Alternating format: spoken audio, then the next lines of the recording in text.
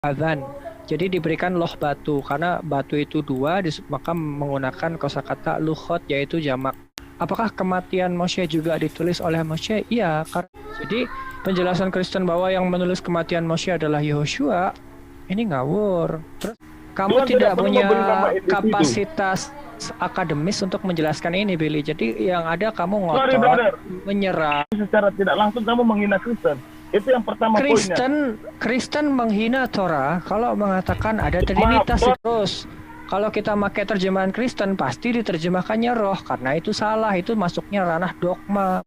Bro Isa, saya tolong tanya, sebetulnya agamamu itu apa sih? Terarah bertanya gitu Bang. Saya dari tadi ini kebiasaan.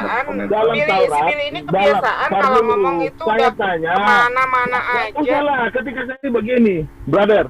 Torah itu artinya hukum atau perintah atau aturan-aturan. Salah. Kan begitu. Torah artinya. Ini sudah jelas bertentangan dengan Kristen. Yang Kristen pertama tidak. Umi. Diam dulu Billy. Kebiasaan. Umi kalau hanya berasumsi Umi, bertanya dulu Umi. Diam dulu. Nggak ada urusan sama kamu. Bisa diam nggak? Torah, saya bicara masalah Anda mencari fakta kebenaran. Anda mencari fakta kebenaran atau mencari kesalahan orang? Bentar. Isa ini di luaran, dia mengatakan atau mengklaim dirinya pengikutnya Samaritan. Samaritan itu kan sama dengan Samaria kan?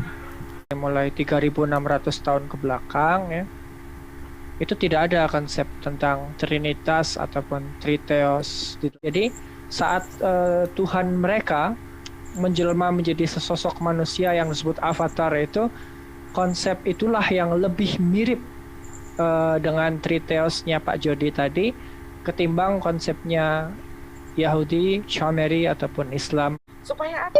Supaya kita tidak dikadalin lagi oleh orang-orang Kristen ini. Umi katanya tidak mau dikadalin, tetapi faktanya kamu sudah dikadalin oleh Yahudi. Yitzhak ini punya kapasitas apa sehingga dia mengatakan bahwa Kristen ini, kepercayaan Kristen ini sama seperti Hindu dan Buddha? Ini artinya Torah adalah milik Israel dan bukan milik dari bangsa Kanaan. Kenapa Kristen bisa punya Torah? Karena tahun 70 Masehi orang-orang Romawi mencuri Torah dan menerjemahkannya ke dalam bahasa Latin. Jadi Torah itu adalah milik daripada Kehillat Yaakov, bukan milik daripada gereja Kristen. Kami orang Kristen, kenapa kami mengimani Torah? Yesus adalah seorang Yahudi, seorang rabi. Dia mengajarkan tentang Torah yang kami tidak membutuhkan pengakuan daripada orang Yahudi, tetapi kami membutuhkan pengakuan daripada Tuhan. Mungkin tidak tertulis di dalam perjanjian baru kalau Yesus mengurangi, tetapi Kristen beranggapan bahwa Yesus ini bilang Tuhannya bukan zat. Nah, ini yang mana yang betul?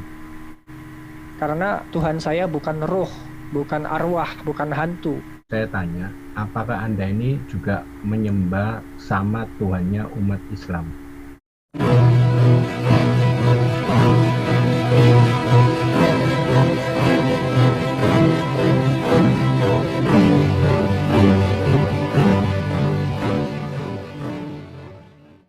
Assalamualaikum warahmatullahi wabarakatuh. Alhamdulillahillazi hadana lihaza wa ma kunna linahtadiya laula an hadanallah.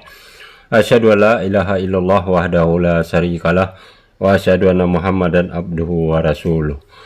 Puji syukur kehadirat Allah Subhanahu wa taala karena kita masih diberi waktu dan kesempatan berjumpa kembali melalui channel Salam Satu Akidah. Semoga kita semua dirahmati Allah dan diberi kekuatan serta keteguhan hati di dalam iman Islam untuk terus meningkatkan iman serta ketakwaan kita kepada Allah Subhanahu wa taala. Baik saudaraku semuanya, pada kesempatan kali ini saya kembali akan menampilkan sebuah diskusi yang cukup menarik ya, yang mana di sini yang menjadi aktor utama saudara Yitzhak dari Yudaisme ya, yang pemegang kitab Torah yang asli. Nah, tentunya di sini dia mungkin akan terus meluruskan serta mengkanter klaim-klaim yang dilakukan oleh umat Kristen ya terhadap kitab Torah yang dia pegang tersebut.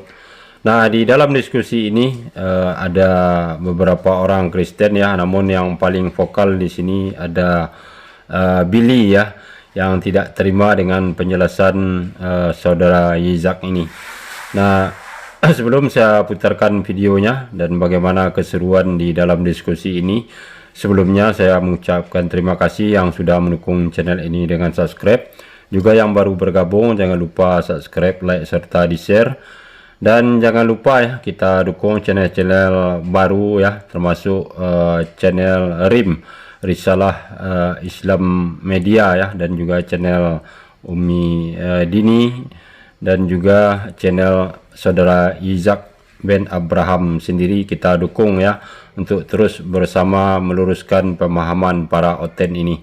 Nah, tanpa panjang mukadimah, langsung saja kita simak videonya. Selamat menyaksikan.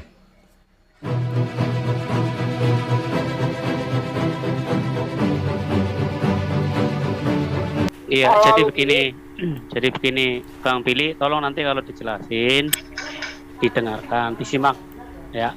Artinya di sini kita perlu menjaga ketertiban, terus yang paparan-paparannya atau argumen-argumennya bersifat edukatif, jadi enak didengarkan, memberikan sebuah sebuah wawasan buat kita bersama, gitu kan.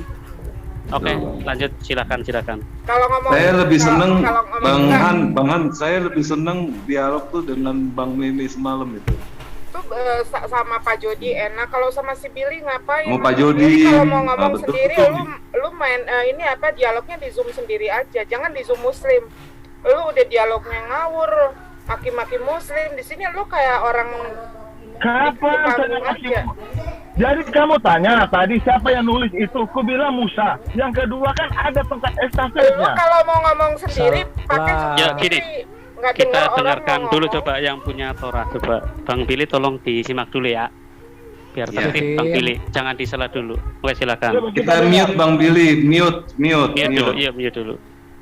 Jadi kalau menurut penjelasan dari orang-orang Israel 3.600 tahun yang lalu ya, sekitar 3.659 ya. Itu di dalam Torah dikatakan seperti ini, wa ya'mir Hashem al-Moshe, itu dan Hashem dia mengucapkan kepada Moshe, ale naiklah elai kepadaku hahara di gunung, wahya Syam, dan beradalah di sana, wa atna laka, dan aku akan memberikan kepadamu lukhot ha'adhan.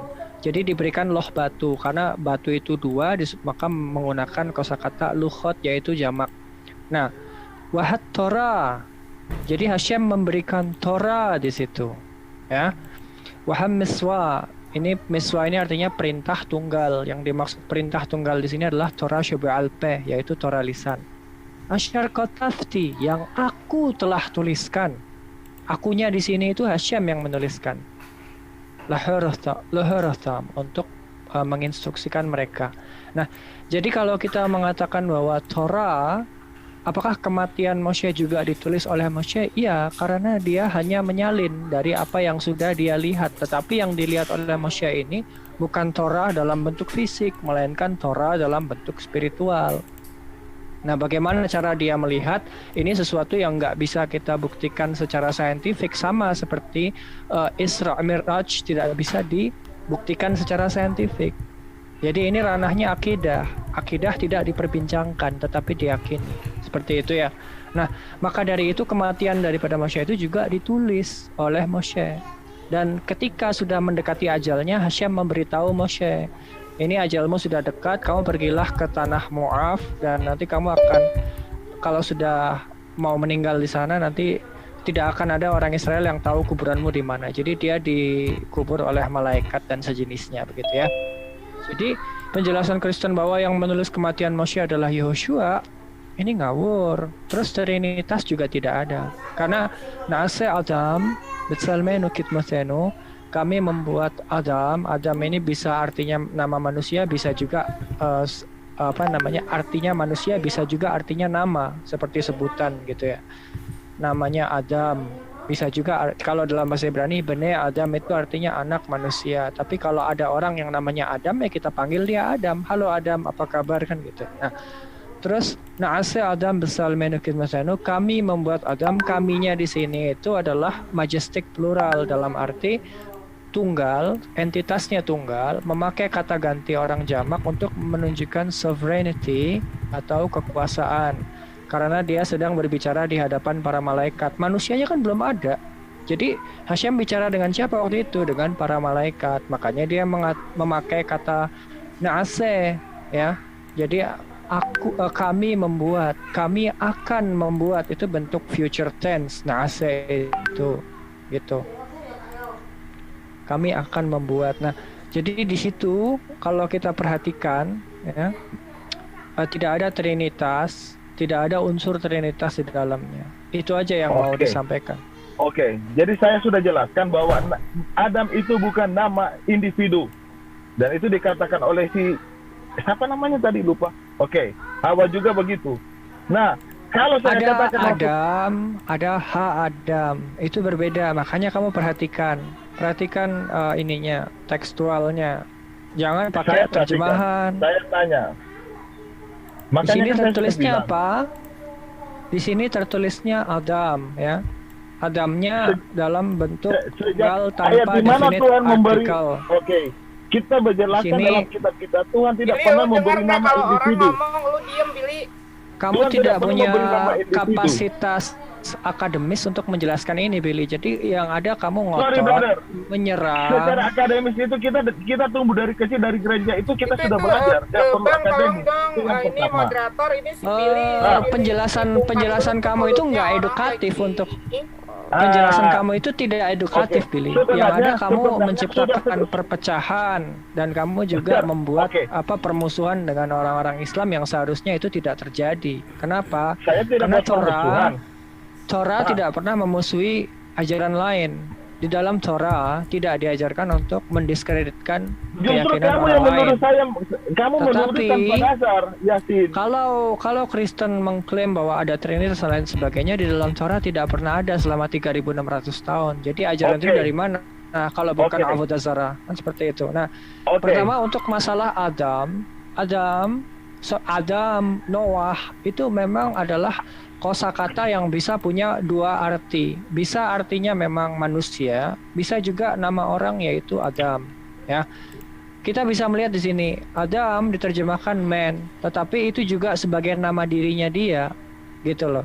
Kalau Adam itu berbeda lagi. Itu spesifik tunggal. Kalau Adam itu general, kalau Adam spesifik karena ada definite article di depannya.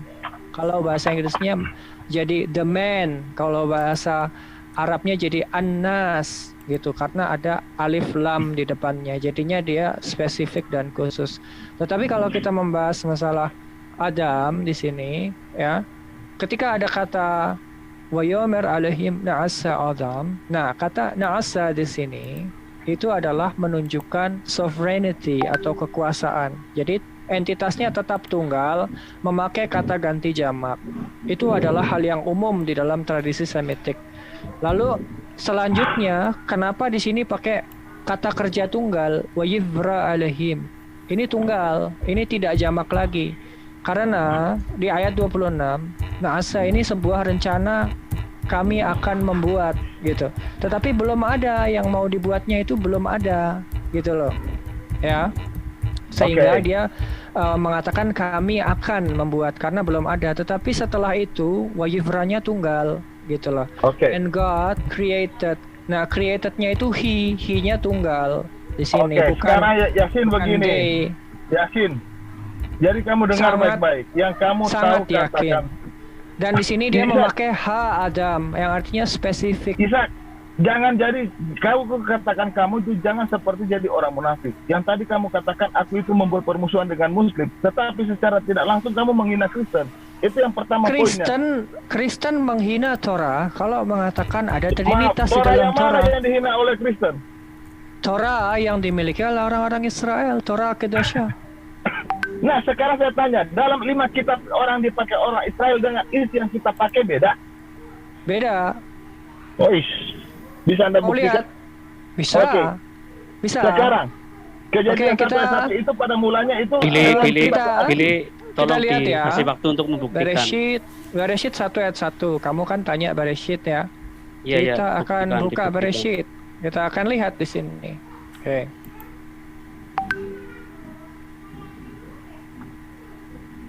Oke, Bereshit ya. Tolong baca ini Japri Umi belakang. Kamu lihat di sini ada kata ruah alaihim. Ruah basically artinya angin. Dominannya angin. Kalau dia dalam bentuk archaik atau poetry, ya, kalau dalam bentuk poetry, maka dia artinya adalah semangat dan perasaan. Tetapi dalam bentuk kata benda, dia ini angin di sini. Kenapa bisa begitu?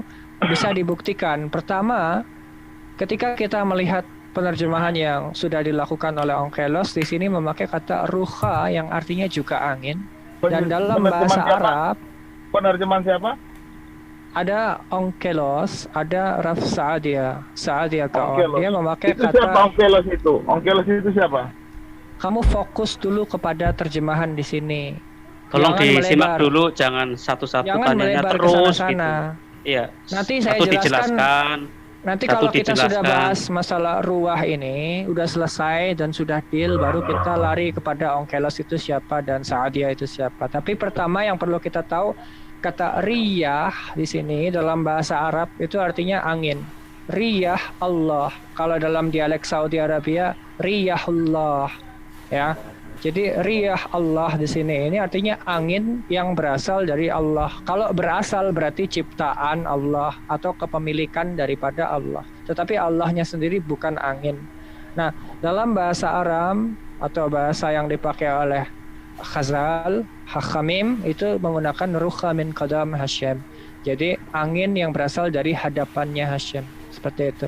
Nah, kalau kita membahas tentang kata ruah, itu bukan arwah, bukan hantu yang melayang-layang artinya. Kenapa? Kita bisa melihat di sini riyah Allah tahub ala wajhil ma. Jadi angin yang berasal dari Allah ya, itu dia di sini dikatakan tahub. Tahub itu artinya bergerak atau bergerak melintasi di atas wajah air atau permukaan air. Wajhal ma ya, wajhil ma. Itu artinya wajahnya air atau permukaan air. Kenapa? Supaya ada ombak. Kalau tidak ada angin, tidak ada ombak di laut. Padahal kita tahu sebagai manusia, angin darat dan angin laut itu penting. Baik untuk nelayan dan juga untuk alam semesta ini, untuk ekosistem gitu. Jadi di sini tidak membahas tentang arwah atau hantu yang melayang-layang, tidak ada. Itu satu poinnya. Terus kalau kita pakai terjemahan Kristen pasti diterjemahkannya roh, karena itu salah, itu masuknya ranah dogma, bukan ranah teks yang sesungguhnya yang diyakini oleh orang-orang Israel. Ada ya. Kalau kita melihat di dalam, ini contohnya di dalam Bereshit. Coba kita lihat di Bereshit 7 ya. Nah, 8. Sini kita bisa melihat kata waya'adhar alaihim ruwah al-ha'aras. Artinya apa? Dan alaihim dia menyeberangkan angin di atas bumi, gitu loh. Kalaupun di sini terjemahannya adalah spirit, ya. Spirit dalam konteks di sini itu berbeda dengan pemaknaan arwah atau roh yang dimaksud oleh Kristen gitu loh. Dan ini juga merupakan sebuah terjemahan yang tidak sempurna. Terjemahan bahasa Inggris itu tidak ada yang sempurna. Mungkin kadarnya 90% baik, tapi ada kekurangan di sana sini. Karena penerjemahan itu ada dua macam, ada yang literal, ada yang metafor. Nah, kalau ini penerjemahan spiritnya adalah metafor. Di Bereshit satunya pun dia juga sama diterjemahkan sebagai spirit. Tetapi kalau kita melihat di dalam teks yang sama di sini untuk Bereshit 8, apakah dia memakai kata ruh atau memakai kata riyah? Kita bisa cek begitu loh. Ini namanya komparasi studi akademik dan ini tidak dilakukan oleh para pendeta kecuali mereka yang critical text. Ini Bereshit 4, next. Kita cari Bereshit 8, Zain 7, lalu Heth ya. Nah, cari ayat satunya. Nah, di sini kan ada kata ruah nih. Ruah. Nah, di sini di dalam bahasa Aram lagi-lagi pakai kata ruha yang artinya angin. Highlight. Lalu di dalam bahasa Arab memakai kata sama, rih, angin. Apakah di situ ada kata ruh? Tidak ada. Yuk. Apakah ada kata ruh di situ? Jelas tidak ada. Adanya rih atau riyah yang artinya angin. Gitu loh dalam bahasa Arab. Kalau misalnya ini masih bingung, saya buka teks yang bahasa Arab ya. Yang bahasa Arab ini kita cari Bereshit 8 6 7 8.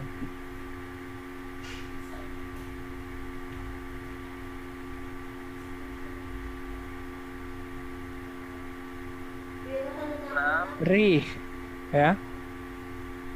Jadi di sini memakai kata rih. Rih itu riyah atau rih itu artinya angin. Bukan ruh. Kalau ruh dia pakai huruf waw di tengahnya. Ini kan pakai huruf ya. Jadi dia artinya angin. Nah, jadi konteksnya adalah angin gitu loh. Jadi kalau kamu berpatokan pada satu terjemahan secara mutlak itu jelas tidak akan dibenarkan. Tapi dua terjemahan tadi adalah terjemahan autentik klasik medieval Yahudi dan itu dipakai secara internasional. Orang Yahudi tidak berselisih paham di situ. Yang berselisih paham adalah Kristen yang mentrinitaskan Elohim seperti itu. Oke, sampai di sini ada pertanyaan atau tidak? Tidak, Bre. Bagaimana? Nah, Billy Tidak, kalau mau tidak, bertanya tidak. ini kesempatannya. Bang Billy kalau mau bertanya, ini kesempatannya. Silakan. Bro Yisa, saya tolong Oke. tanya, sebetulnya agamamu itu apa sih? Orang Israel diperintahkan oleh Hashem untuk menjalankan Torah. Torah itu ada 613 perintah di dalamnya. Jadi kalau ditanya agama, Hashem tidak pernah menurunkan merek agama, tetapi dia menurunkan instruksi. Nah, instruksi itulah yang harus kita tegakkan, itulah yang harus kita hidupi sehari-hari. Ya, golongan apa? Samaritan. Golongan Yisrael, Bani Yisrael, Shama Yisrael, Hashem Eloheinu, Hashem Ahad, wa ahafta Hashem Elohecha, b'chol levavecha, v'chol nafshecha, v'chol ma'adecha. Bukan Samaritan tapi ya. Di dalam Bani Israel Ini, Sat, sebentar. tidak Ah, ada ini- perpecahan. Sebentar, ini Bang Yudi maaf ya kalau misalkan tanya itu nggak usah kayak begitu karena mau Samaritan mau apapun yang kita lihat adalah kitabnya. Jadi ini Israel yang sejati itu adalah mereka yang tidak mengkelompok-kelompokkan diri, tidak mengkotak-kotakan diri, tetapi belajar semuanya untuk mendapatkan kebijaksanaan dari keseluruhannya. Dan dia bisa diterima dimanapun dia berada. Kenapa? Karena kami di dalam Torah diajarkan untuk hidup dalam berit shalom, perjanjian kedamaian, bukan untuk cari musuh sana-sini. Dan Torah memiliki perintah-perintah yang dilakukan baik oleh orang Israel Selatan, Israel Utara, Israel Diaspora, ataupun orang-orang keturunan Israel yang kebetulan hidupnya sekuler dan mungkin masuk agama lain atau jadi ateis, dan ketika mereka kembali ke dalam Torah diterima dengan hangat. Jadi Torah itu adalah berit shalom, artinya adalah perjanjian kedamaian, dan itulah tujuan utama dari Torah, itu adalah melakukan apa yang Hashem perintahkan. Bukan untuk mengkotak-kotakan diri. Maaf sekali, saya kasih contoh. Bukan seperti, oh saya NU, saya Muhammadiyah, saya Salafi, saya aliran Abdul Wahab, saya aliran apa lagi? Ahmadiyah, saya aliran Syiah. Bukan seperti itu. Bahkan saya yakin di Islam pun pengkotak-kotakan itu dilarang. Sampai sini jelas mungkin ya? Nggak jelas, Bre. si Nun ini, Nun. Iya, lama tak berjumpa. Kalau bukan Umi yang undang juga, aku ngerjain sesuatu yang lain sih Nun kemarin itu. Jadi ada beberapa kesibukan melakukan kegiatan untuk komunitas di Israel, dan aku dihadiahi sesuatu dan akan dikirimkan sesuatu dari sana. Seperti itu. Iya, terima kasih Umi udah undang tamu. Ya oke, yang lain silakan kalau ada yang mau bertanya. Jadi begini, kalau lagi dipaparkan Iya. menyimak. Kalau lagi dikasih kesempatan untuk bertanya, silakan. Biar tertib gitu. Saya mau tanya, 613 itu siapa yang membagikan? 113 apa ini? Bang Jadi Billy, coba terarah bertanya gitu Bang. Saya Ya, dari jadi tadi ini menyimak kebiasaan. komentar. Dalam Billy, Taurat, Billy, ini kebiasaan dalam- kalau dulu, ngomong itu saya udah tanya, kemana-mana nggak aja. usah lah, ketika saya bersuara semua langsung membunuh saya. Nggak usah, tenang, kamu tenang. Saya juga tahu. Sekarang saya tanya, 613 hukum hisab itu siapa yang bagi? Silakan Bro Yisak.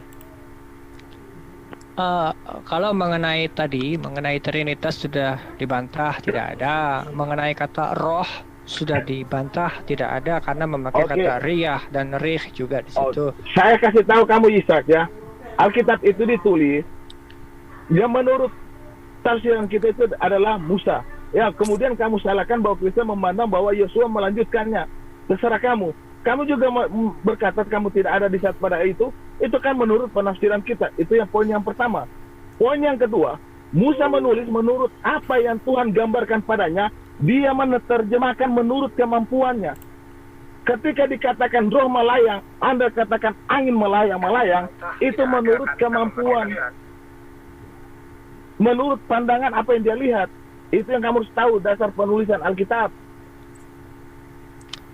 Baik, dari yang kamu bilang penglihatan itu udah jelas salah ya. 100% salah karena yang dilihat oleh Moshe itu adalah Torahnya, bukan vision, bukan penglihatan seperti video, bukan. Torahnya. Dan di situ ketika dia menulis ruah alaihim itu memang artinya benar-benar angin. Artinya dari ruah itu adalah angin gitu loh. Kalau saya Kamu bilang dengar baik-baik, Ishak. ada ruah gadol, ada angin besar. Itu artinya akan ada angin badai datang. Itu Jangan melebar. contoh ya. Jangan melebar. Jadi Dan menurut kata penjabaran Musa, ruah di Bereshit 8 itu juga angin di situ. Artinya. nah kalau Bereshit juga kan berdasarkan apa yang ditulis oleh Musa. Jangan lupa. Nah, yang kedua, kamu berdasarkan kitab Torah. Makanya saya mau tahu Anda jelaskan 613 hukum hisab itu siapa yang buat? 613 perintah itu adalah seluruh perintah yang ada di dalam Torah, dari mulai Adam diperintahkan untuk memiliki keturunan, peru revu, berbuahlah dan menjadi banyak, Betul. sampai zaman Moshe ketika dia meninggal. Oke, Dan tetapi- Yehoshua meneruskan Tetapi- perjalanan sampai ke tanah perjanjian. Jadi 613 perintah itu adalah keseluruhan Torah itu sendiri, bukan hanya 10 perintah. 10 perintah itu hanya perintah moralnya saja. Tetapi Oke. Torah itu bukan hanya perintah moral, ada keadilan di dalamnya. Oke, Ya, brother. ada perintah 613 larangan. itu siapa yang bagi? Jadi saya jelaskan soal Torah. 613 perintah itu adalah perintah Hashem, baik dari perspektif peribadahannya ataupun kehidupan sehari-harinya. Baik oke. dalam aturan hukum keadilan, misalnya pelanggaran mishpatim, hukumannya apa, itu adalah bagian Nah. daripada Torah. Jadi begini, brother. Torah itu artinya hukum atau perintah atau aturan-aturan. Kan Salah, begitu. Torah artinya instruksi. Kalau hukum itu namanya mishpatim. Contoh, Oke, hukum atau mishpatim itu berarti instruksi. Instruksi itu apa? Coba kamu jabarkan. instruksi itu adalah cara atau tata cara untuk hidup suci menurut apa yang diperintahkan di dalam Torah. Jangan Harus hidup kecuali- suci. Ini kita hanya berbicara satu kata. Torah. Instruksi. Torah artinya Cukup. instruksi. Instruksi untuk apa? Untuk hidup dalam kesucian. Kata lain daripada Torah adalah hukum. Hukum apa lagi? Oh, Coba tidak, kamu jelaskan. kosta kata hukum itu mishpat di dalam Torah. Ada judgment, ya. Oke. The law of Torah itu judgment itu aturan. namanya mishpat. Kalau Oke. Torah itu instruksi. Kenapa? Ada Oh. instruksi untuk mencintai tetanggamu seperti dirimu sendiri. Ada instruksi untuk mencintai Jadi Hashem. begini. Ada instruksi Saya untuk kasih mencintai tahu. convert. Jadi saya Ada kasih tahu kamu, Isa. perintah Bentar, untuk Billy. mencintai Billy, bentar musuh juga harus. Bentar dulu, Pak Rasen. Jadi dalam penjabaran bentar, hukum- Billy, biar dijelasin dulu sama Bro Yitzhak. Nanti kalau setelah selesai, baru kamu ngomong, oke? Tertib. Oke, saya Silakan kasih lanjut. lihat ya. Bro Yitzhak, silakan. Perintah untuk perintah untuk mencintai di dalam Torah, kalau Kristen sering menerjemahkannya itu dengan kata mengasihi ya. Wa'ahavta. Kamu lihat ada berapa kali wa'ahavta di sini. Ya, di sini di dalam Wayaqra ya. Nih saya kasih bahasa Indonesianya deh. Walaupun ini nggak benar-benar banget ya. Di sini ada tulisan la tiqam wa la titar atbana ammaka wa'ahavta lara'a kamaka aniyasham.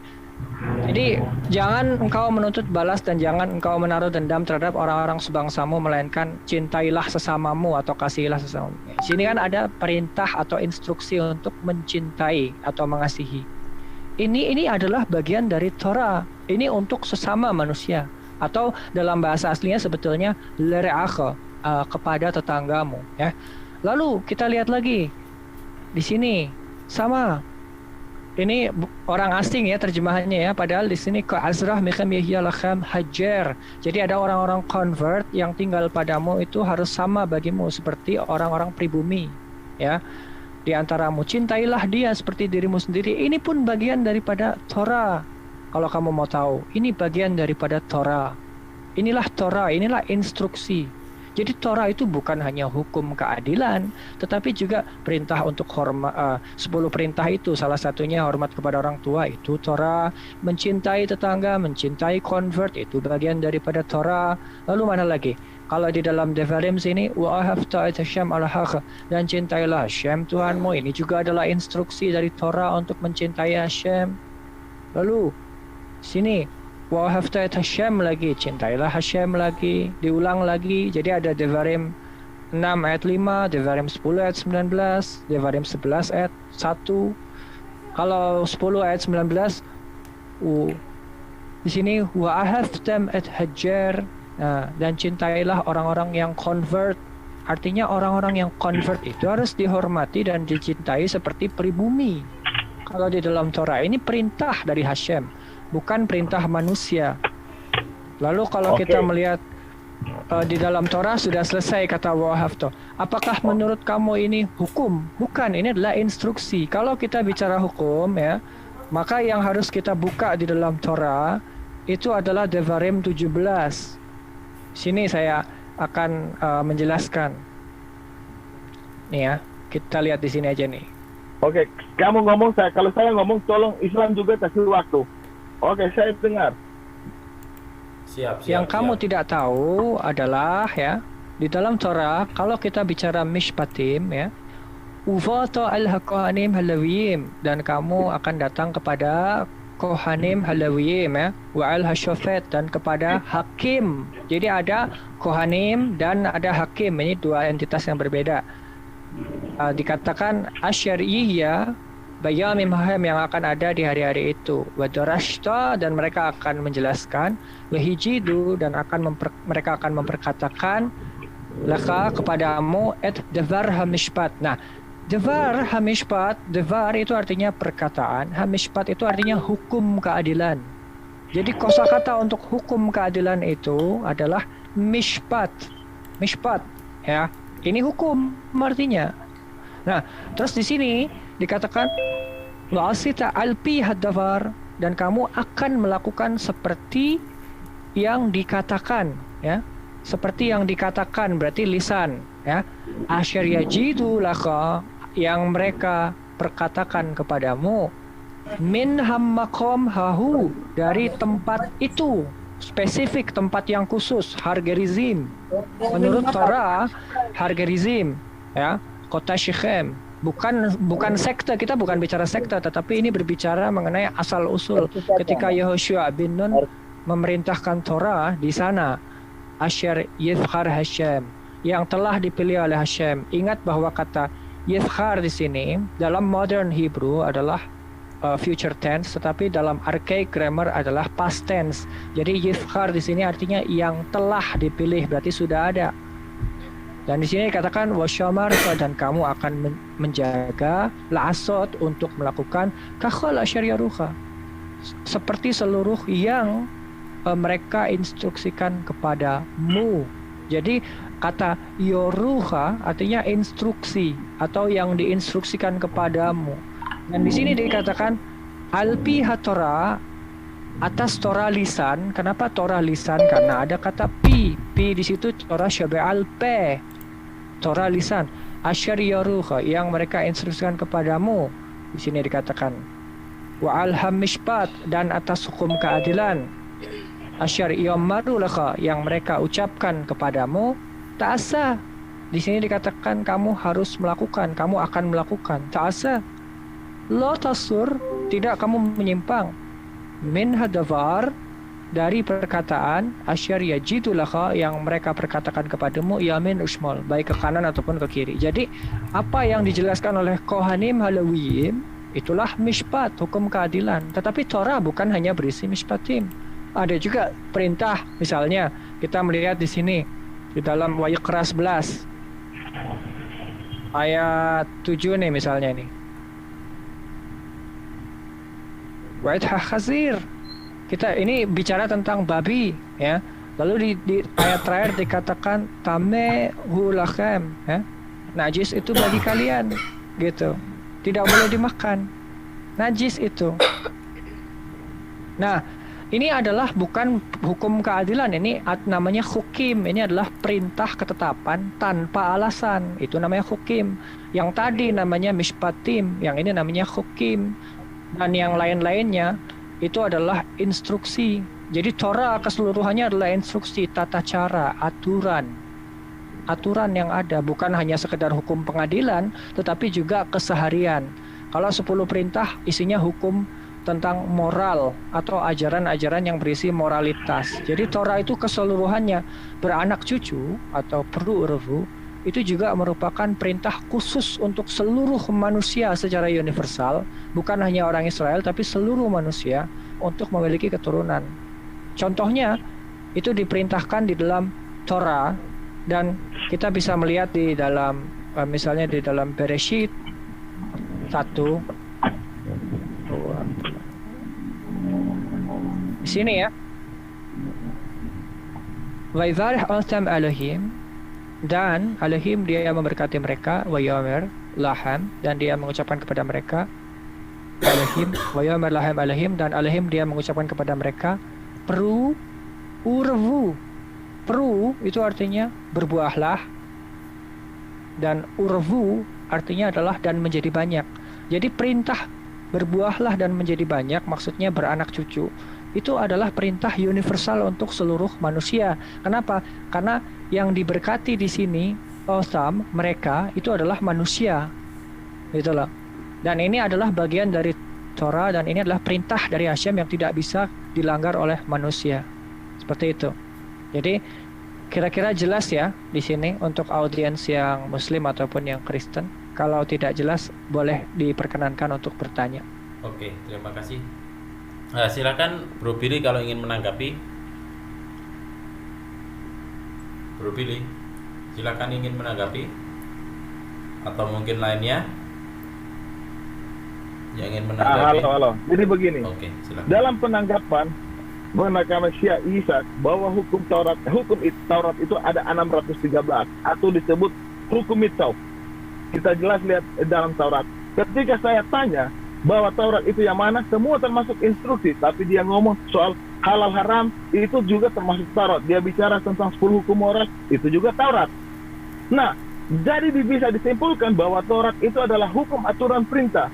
Itu bahasa bahasa Ibrani. Tetapi jika dia menolak dan menjalankan 613 hukum mitzvot, terserah dia. Tetapi dalam pembagian hukum 613, semua Kristen itu akan memandang hukum Taurat itu satu macam, termasuk Ishak, bahwa hukum Taurat itu satu macam. Ketika Yesus katakan, aku datang bukan untuk meniadakan hukum Taurat, tetapi menggenapinya, maka semua orang Kristen Islam akan berpendapat bahwa apapun yang dilakukan oleh orang Kristen sudah bisa, karena dosanya sudah ditebus. Tetapi bukan seperti itu. Jadi sebenarnya apa yang digenapi oleh hukum Taurat itu? Jadi kita lihat pembagian hukum Taurat dalam Alkitab, bukan pembagian hukum Taurat oleh para ahli-ahli agama orang Yahudi. Harus bedakan. Atau disebut di zaman Yesus itu para ahli-ahli Taurat. Ya, Yesus jelas-jelas menentang aturan mereka juga, bukan tidak. Ada ceritanya. Kalau kita membagikan hukum Taurat itu, yang pertama civil law, atau disebut dengan hukum-hukum sipil. Artinya itu juga merujuk pada Taurat. Yang kedua, hukum bayangan ada juga. Tentang bulan baru, perayaan Paskah, apa semua itu kan ada semua di dalam catatan Imamat 23. Itu juga aturan Taurat. Di sini kita harus jeli melihat bahwa soal Taurat. Jangan memandang Taurat itu hanya satu macam saja dalam penggolongan 613. Makanya kita nggak akan dapat mana hukum yang berjalan, mana hukum yang digenapi, mana hukum yang bersifat sementara. Karena kenapa? Karena sama. Yang meyakini 613 hukum mitzvot memandang Taurat itu satu macam. Sehingga orang Islam akan berkata, ya terserah Kristen mau bikin apa, bisa buat apa ya. Karena penanggapan daripada ahli-ahli Taurat orang-orang Yahudi seperti Ishak. Jangan Ishak mau mengatakan orang Kristen salah semua. Enggak, Ishak. Kita lihat dalam pandangan Taurat kita. Anda bisa mengatakan dari ayat demi satu, tetapi merujuk semua kepada hukum Taurat. Itu kan fakta yang Anda jelaskan. Saya ikuti apa yang kata-kata kamu tadi. Bukan tidak, saya simpulkan tadi semua.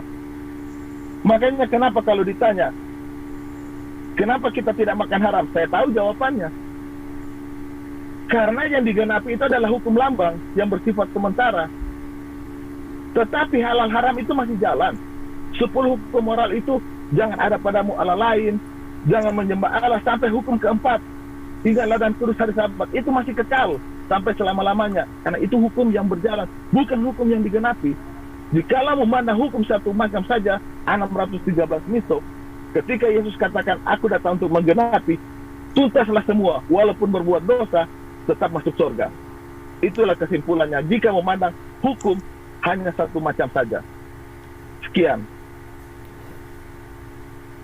Ya, saya nanggapin ya. Oke, silakan Umi. Ya, ini di sini Umi heran ya, padahal di dalam Matius pasal 15 ayat 24 saja sudah sangat jelas. Yesus itu diutus hanya untuk domba-domba Israel yang hilang. Udah gitu, Yesus juga diutus itu Yesus itu turun itu untuk menggenapi hukum Taurat. Ini sudah jelas bertentangan dengan Kristen. Yang Kristen pertama, Umi. Diam dulu, Billy. Kebiasaan Bentar, lo. Billy, tolong hargai ya.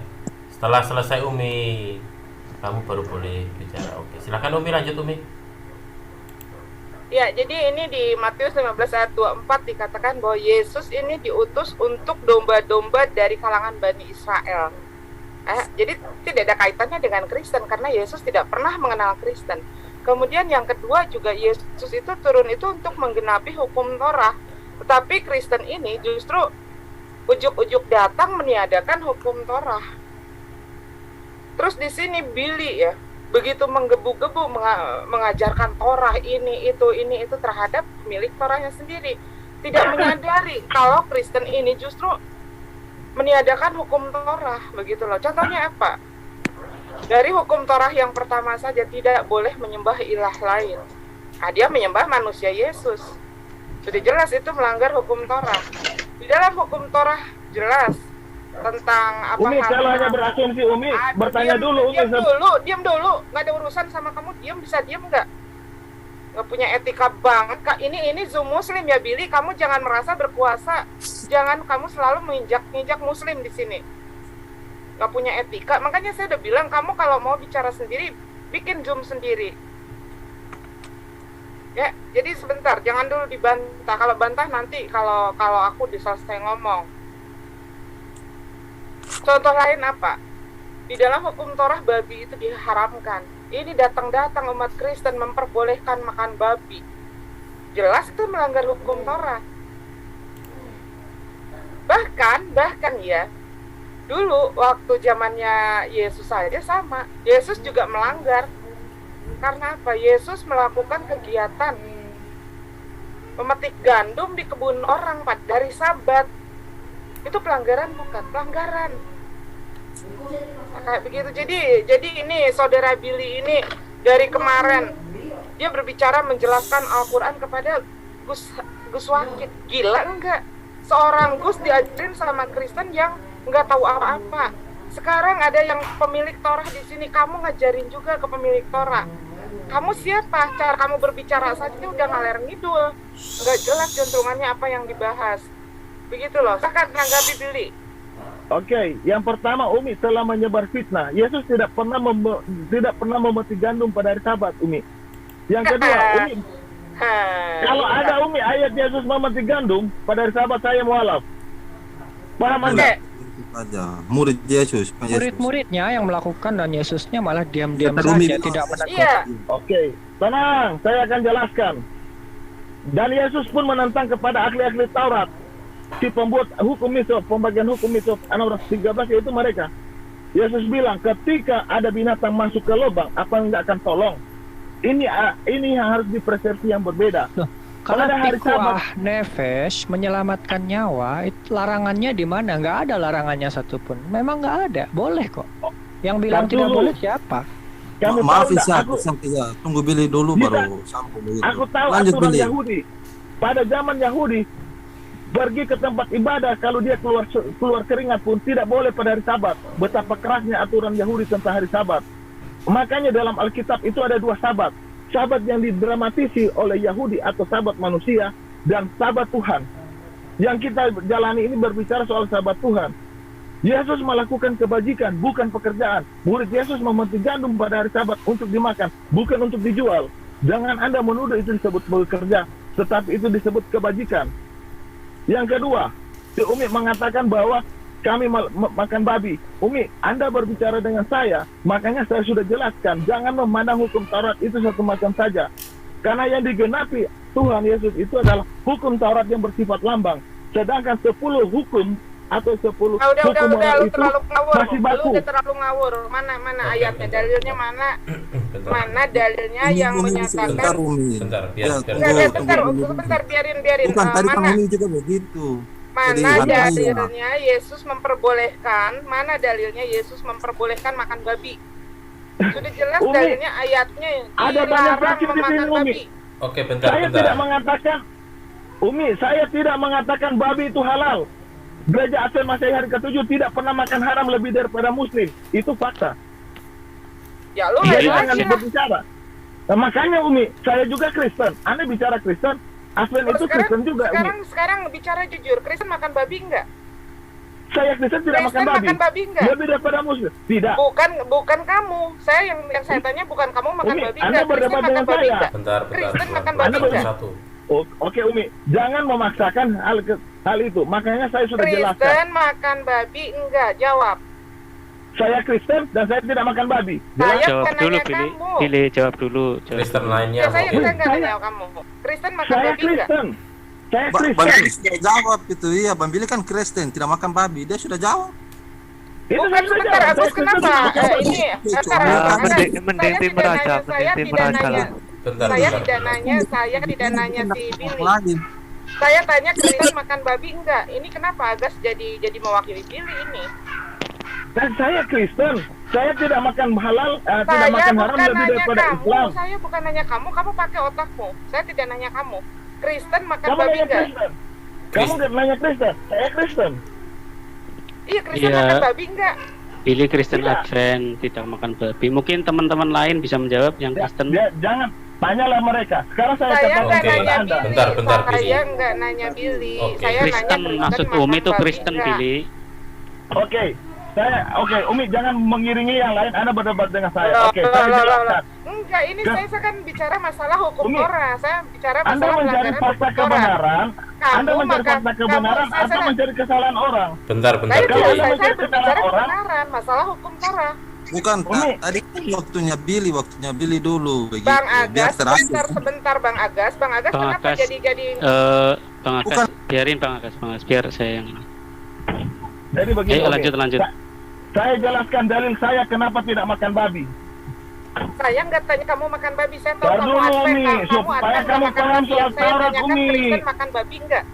Umi, kamu jangan dialog ini. Umi bukan mau mencari siapa yang benar, siapa yang salah, Umi. Ini saya lagi berbicara Oke, bentar. hukum Torah. Di dalam hukum Torah, ya dilarang makan babi. Pertanyaannya saya bukan nanya ke kamu, Bill. Kamu sebagai seorang Advent, saya tahu kamu nggak makan babi. Pertanyaannya, apakah Kristen dihalalkan diperbolehkan makan babi enggak? Nah, silakan jawab, Bro Billy. nggak boleh menjawab si advennya. Kristen itu banyak denomnya masalahnya. Enggak Kristennya aja. Ini Kristen di dalam ajaran Kristen diperbolehkan makan babi tidak? Pak Jody gitu. Pak Jody kan Kristen Pak juga. Pak Jody aja deh, enak sama Pak Jody. Kenapa? Makan babi. Cuman ya jarang, karena jauh itu warungnya. Buset, warung. Kalau maksudnya di dalam ajaran Isa makan babi enggak? Isa enggak. Tidak boleh menurut Torah, itu adalah satu kenajisan. Jadi kami tidak boleh memakannya. Mencicipinya pun tidak boleh, menyentuhnya pun kalau bisa tidak. Menyentuh binatang yang masih hidupnya pun kalau bisa tidak. Ini udah langsung nembak ke Ishak. Enggak, jadi begini loh, kalau misalkan dalam kayak gini ditanya ya dijawab gitu loh. Saya begini, sebentar ya Umi ya. Aku mau tanya sama Yisa. Yisa ini di luaran, dia mengatakan atau mengklaim dirinya pengikutnya Samaritan. Samaritan itu kan sama dengan Samaria kan? Betul nggak? Yang disebut Shameri itu wilayah geografik. Ya, Shameri itu dari kata Shomron. Shomron itu nama kota di bagian Israel Utara karena memang rata-rata penganut daripada Kohanim Halawiyim yang ada di Hammakom itu berposisi di Israel Utara. Kalau yang di gunung namanya Har Gerizim, kalau yang di kota Shechem namanya Cholon gitu. Nah, jadi Shamerim itu maksudnya penduduk kota Shomron gitu loh. Apakah mereka masih orang-orang Israel? Iya, mereka sudah di sana 3.659 tahun yang lalu, sampai hari ini pun masih ada di sana. Nah, kalau ini saya tolong tanya bro ya. Di sini kan ada Bang Jody. Bang Jody itu kan alirannya Triteos. Triteos itu bagaimana menurut pendapatnya? Triteos sudah dibahas kemarin di channelnya Umi Dini bahwa konsep Triteos, Trinitas ataupun tiga pribadi di dalam satu hakikat itu tidak ada di dalam Torah. Jadi memang di sini berbeda konsepnya, dan konsep yang apapun yang di luar Torah, di luar Hashem Ahad, Hashem satu, itu ditolak oleh orang-orang Israel. Jadi orang Israel tidak membenarkan adanya entitas yang jamak untuk dijadikan sesembahan atau untuk diyakini bahwa mereka berkuasa. Bahkan malaikat pun tidak boleh disembah, walaupun malaikat itu adalah entitas ilahi yang diciptakan oleh Hashem. Bahkan menyembah atau hormat kepada mereka pun tidak boleh, gitu loh. Jadi kalau menerima pesan boleh, tetapi untuk sampai levelnya beribadah, menyembah itu tidak boleh gitu. Di dalam Torah bahkan ada dalil yang jelas tidak boleh beribadah kepada matahari, bulan, bintang, dan tentara langit. Tentara langit itu maksudnya malaikat maksudnya. Nah, jadi itu sama sekali dilarang di dalam Torah. Oh, begitu ya. Nah, ini perlu diklarifikasi, Bro Jody. Gimana Bro Jody pendapat Anda terkait dengan masalah Anda mengimani Triteos ini? Oh, kalau kemarin kan sudah dibahas Pak Yudi ya. Saya Yudi Singapura nggak tahu nih, jadi bisa dijelaskan lagi. Maksudnya bertentangan nggak dengan yang diikuti dengan Bro Yisa ini, atau sama? Tuhannya sama atau bagaimana? Saya bingung juga soalnya. Oke Pak, jadi kalau kepercayaan daripada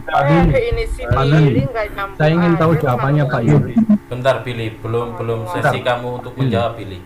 Biarkan Pak Jody dulu sama Pak Yudi dulu. Atau gini, raise hand.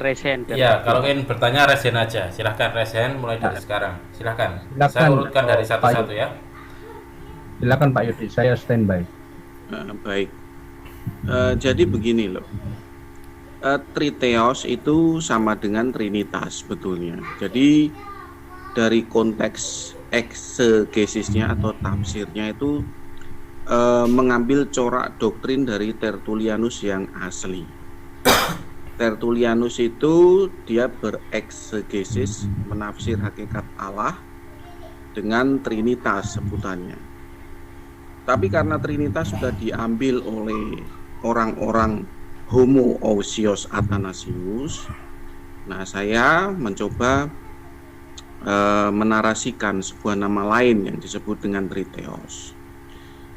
Nah, bapak-bapak gereja ini, ya bapak-bapak gereja inilah yang bereksegesis atau menafsir bahwa apa yang ada di Perjanjian Baru dan Perjanjian Lama itu adalah Trinitas.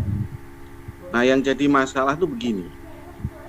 Jadi namanya eksegesis atau menafsir begitu, itu seharusnya itu dilakukan dengan kerendahan hati, begitu. Tapi alih-alih dengan kerendahan hati, bapak-bapak gereja pendahulu kita itu ya kita nggak memungkiri ya melakukan gerakan antisemit, begitu.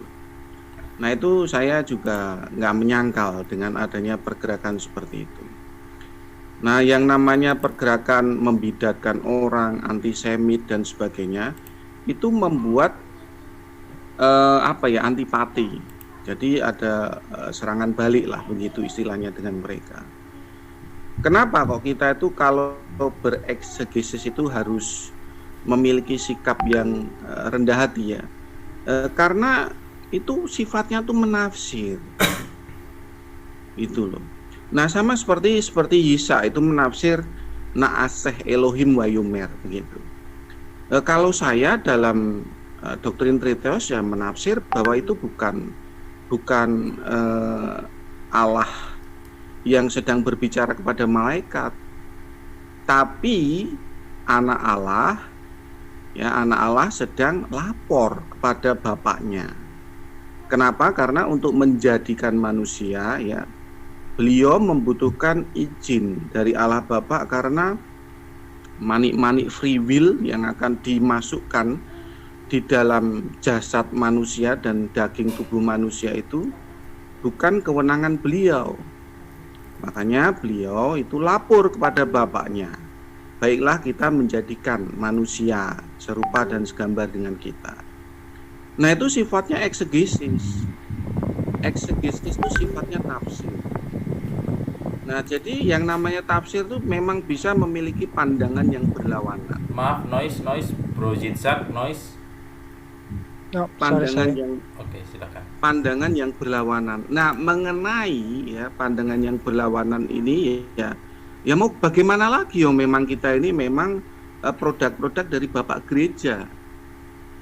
Ya kan nggak mungkin saya itu lalu tiba-tiba mengaku bahwa saya itu monoteisme. Loh, bapak-bapak gereja itu mengkonsepkan Trinitas kok. Trinitas itu ya Triteos. Silogismenya Triteos. Maaf menyela Bang Han, sambil tolong dipantau yang resen. Nah, jadi Trinitas Tertullianus itu biar selesaikan dulu Pak Jody. Ya, Trinitas Tertullianus yang origin itu silogismenya itu Triteos. Gitu loh. Memang tiga Allah, subordinat ontologis itu memang tiga Allah. Nah, cuman ada pergerakan yaitu homoousios samosata yang dibidatkan di tahun 268 Masehi itu merayap dari dalam kekristenan menggunting dalam lipatan. Jadi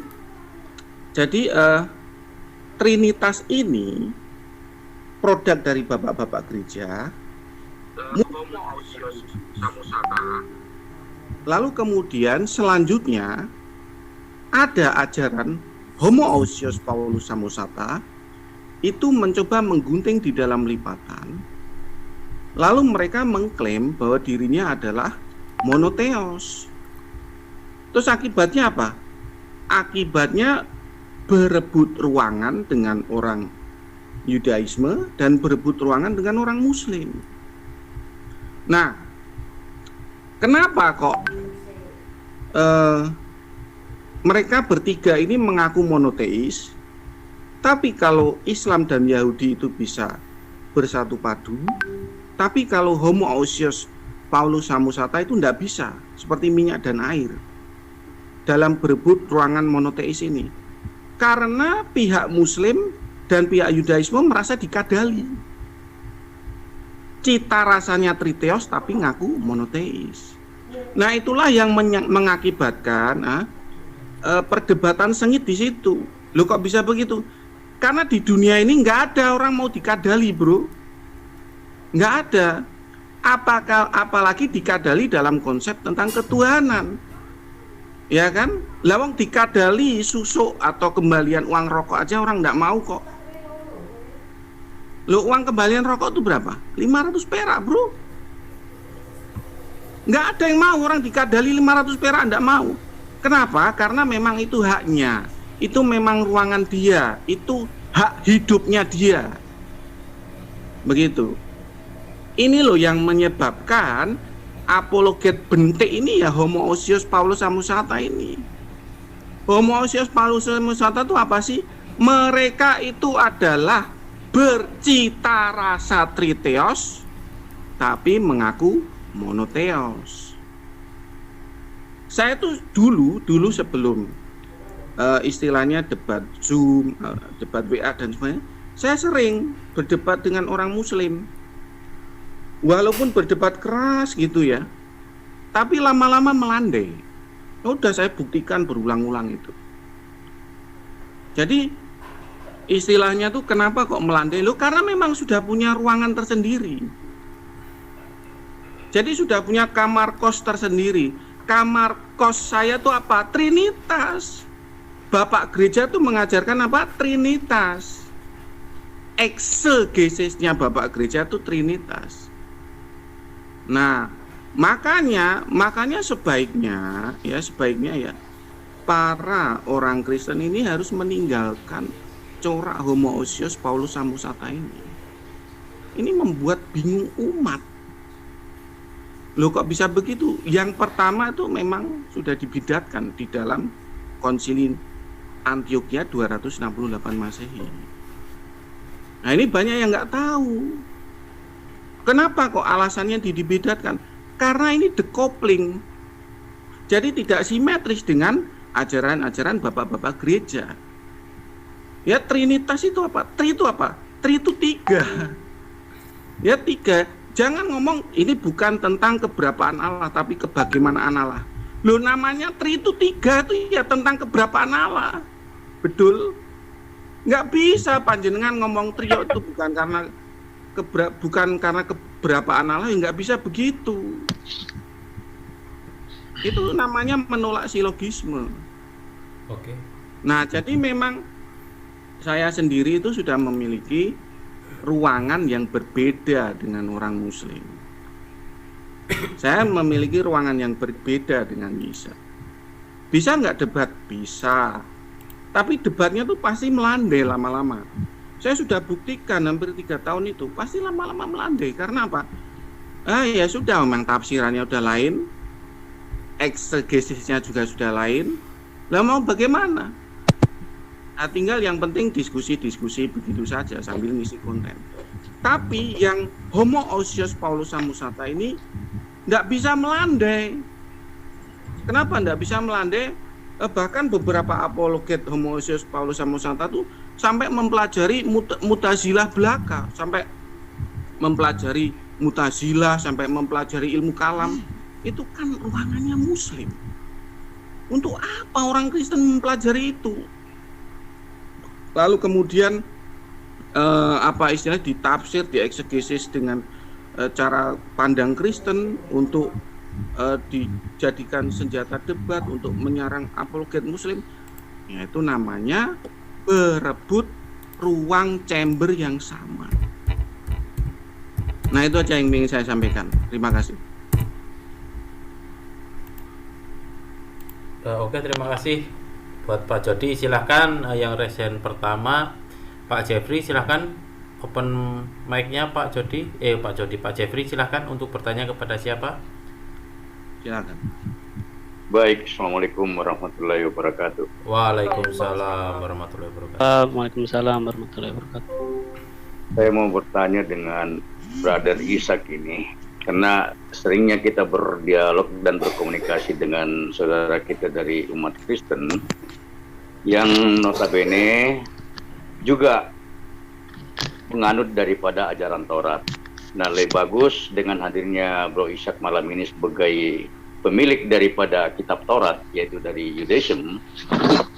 Sebab itu saya terpanggil untuk bertanya sesuai dengan pemahaman yang ada di dalam kekristenan itu, yaitu, nah itulah tadi macam triteos itulah yang tercipta karena adanya doktrin yang meyakini ada manusia dari suku Yahudi bernama Yesus yang notabene dia adalah Tuhan. Dan Tuhan ini dari suku Yahudi ini turun ke bumi khusus untuk dibunuh, yaitu bagian daripada nubuatan Tuhan tersebut. Saya bertanya kepada Bro Ishak, apakah benar ini ada di dalam ajaran Taurat? Terima kasih. Silakan Bro Ishak. Oke, terima kasih buat pertanyaan Pak Jeffrey. Silakan Bro Yitzhak untuk menanggapi pertanyaan dari Pak Jeffrey. Terima kasih. Baik, jadi kalau di dalam Torah berdasarkan penjelasan Kohanim Halawiyim yang menerima Torah dari mulai 3.600 tahun ke belakang ya, itu tidak ada konsep tentang Trinitas ataupun Triteos di dalam Torah karena Hasyam itu mutlak tunggal dan tidak memiliki sekutu baginya. Nah, adapun kalau misalnya Kristen memiliki penafsiran seperti Triteos tadi itu justru lebih mirip kepada penafsiran seperti yang diyakini oleh tetangga kita, yaitu umat Hindu yang meyakini kitab Weda, dan di mana sang Brahman itu bisa menjadi avatar. Salah satunya yang paling terkenal adalah Dasa Avatar atau 10 avatar yang menjelma menjadi wujud manusia dari zaman ke zaman yang berbeda, dan itu bisa jaraknya dari satu zaman ke zaman lainnya itu bisa jutaan tahun, bahkan bisa mencapai puluhan atau ratusan juta tahun ke depan, seperti itu. Jadi menurut keyakinan orang tetangga kita yang Hindu, karena saya dulu di Bali, saya sempat ngobrol-ngobrol dengan mereka, kiamat itu terjadi 4,2 miliar tahun, dan nanti akan terjadi kekosongan selama 4,2 miliar tahun, dan akan terjadi kehidupan lagi untuk 4,2 miliar tahun.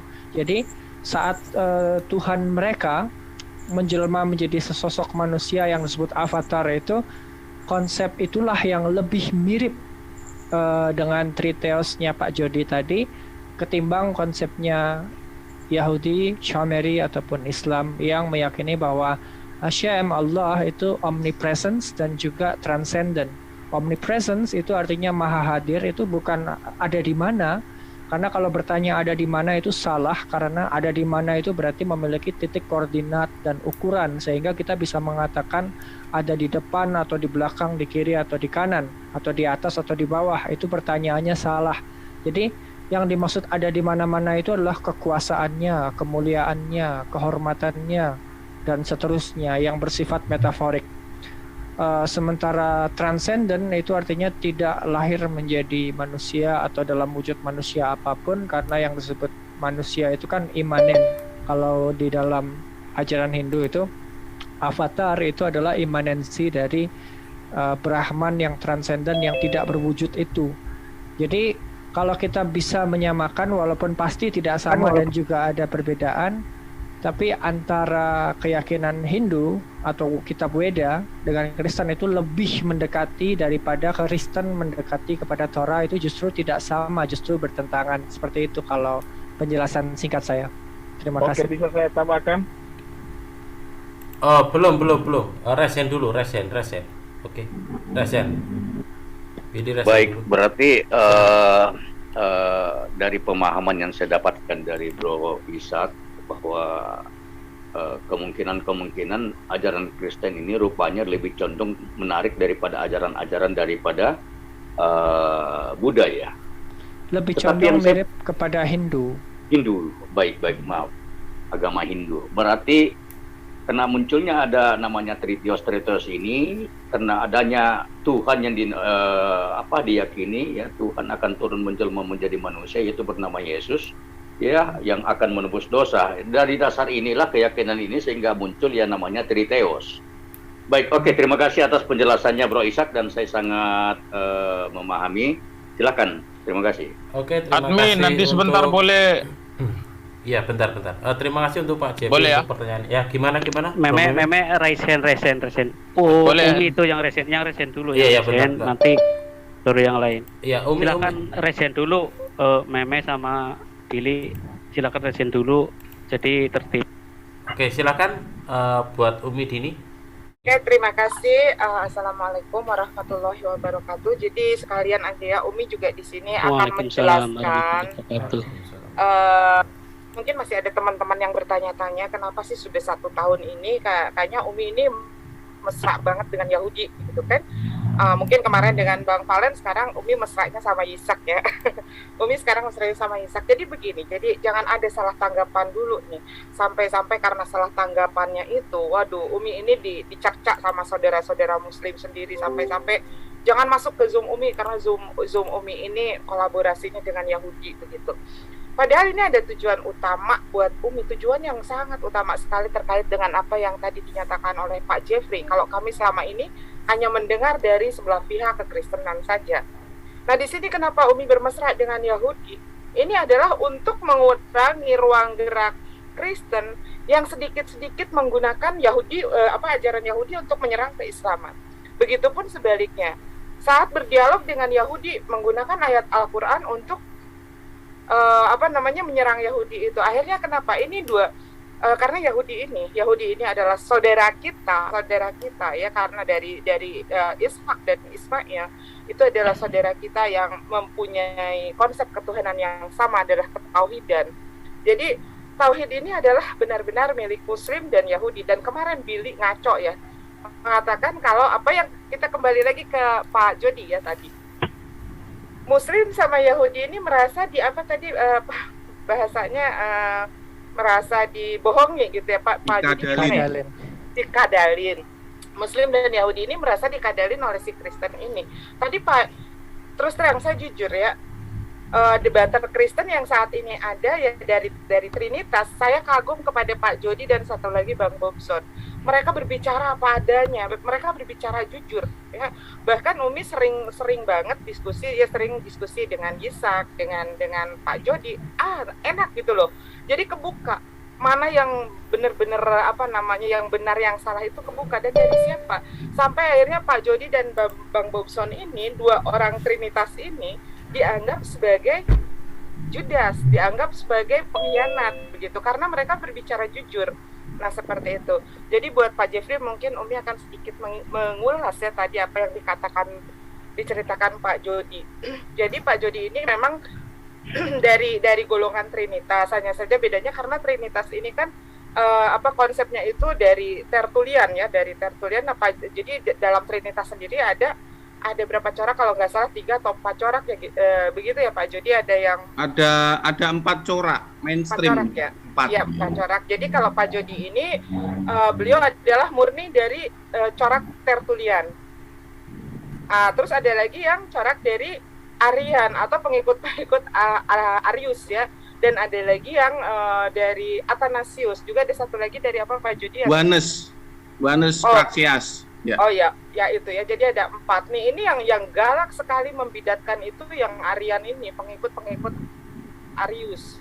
Jadi kalau pengikut Arius ini terhadap Trinitas sendiri saling dibidatkan begitu kan, dianggap pengkhianat kalau tidak sesuai dengan ajarannya atau tidak sesuai dengan coraknya. Nah, seperti itu.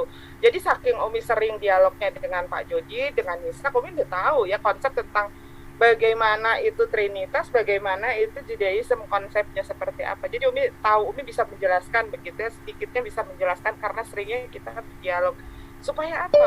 Supaya kita tidak dikadalin lagi oleh orang-orang Kristen ini. Saat mereka berdebat dengan Muslim, mereka selalu menggunakan ayat-ayat dari Torah. Mereka selalu menggunakan ajaran-ajaran dari Judaism, tapi dipelintir begitu loh. Dengan adanya Umi bermesra dengan Yahudi atau Umi berkolaborasi dengan Yahudi, mereka sudah tidak akan bisa ngadalin lagi. Mau ngadalin kayak gimana? Mereka debat sama Umi mau ngadalin kayak gimana? Umi tahu kok, Umi banyak diajarin tentang ajaran Yahudi, tentang hukum Torah seperti atau apa yang menjadi isi dari kitab Torah itu tahu. Makanya Umi nggak bisa dikadalin berdebat dengan siapapun Kristen, bahkan Umi bisa lebih tahu isi Alkitabnya daripada Kristen itu sendiri.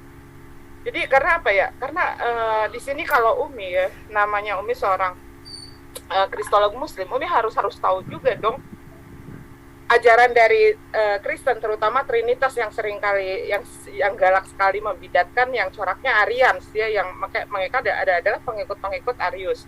Harus tahu karena apa? Untuk supaya maaf Umi, saya koreksi. Yang galak itu Homoousios Paulus Samosata, yang paling galak itu. Oh iya. Yang mengaku itu monoteis ya, itu. Iya, nah itu yang tadi dikatakan dia coraknya Trinitas tapi ngakunya monoteistik seperti itu. Yang kemarin Billy keluar membawa kita dong yang ini apa namanya Kristen yang sebetulnya tauhid, karena itu konsep hanya konsep, tapi Islam cuma konsep bukan ketauhidan, tetapi kamilah yang bertauhid. Kan ini sudah gila begitu kan. Tapi kalau dengan adanya di sini Pak Jody, dengan adanya Ishak, orang-orang yang benar-benar menggunakan ilmunya, menggunakan wawasannya, benar-benar mengedukasi orang-orang yang hanya asumsi begitu kan, hanya asumsi lalu mengklaim kitab orang, menyalahkan kitab orang. Nah kayak kemarin contohnya menyalahkan kitab orang itu, contohnya kemarin juga ada Gus Wakid di sini diajarin masalah Quran sama Billy yang notabene ini orang nggak ngerti Al-Quran itu apa, sampai dikatakan bahwa Al-Quran itu adalah awal katanya dari Quran begitu kan. Nah, seperti itu. Jadi itu saja yang ingin Umi sampaikan. Nggak ada ya, Umi ini orang yang nggak bisa dikadalin sama Kristen ini, karena Umi udah sudah bukan menguasai ya, istilahnya sudah tahu lah ajaran Yahudi seperti apa, kitab Yahudi seperti apa, ajaran Kristen seperti apa yang sebenarnya ya, bukan yang dirusak gitu kan, dirusak oleh ulah-ulah manusianya. Nah, seperti itu aja. Bang Han silakan dilanjut. Oke, terima kasih Mbak Umi Dini. Oh iya.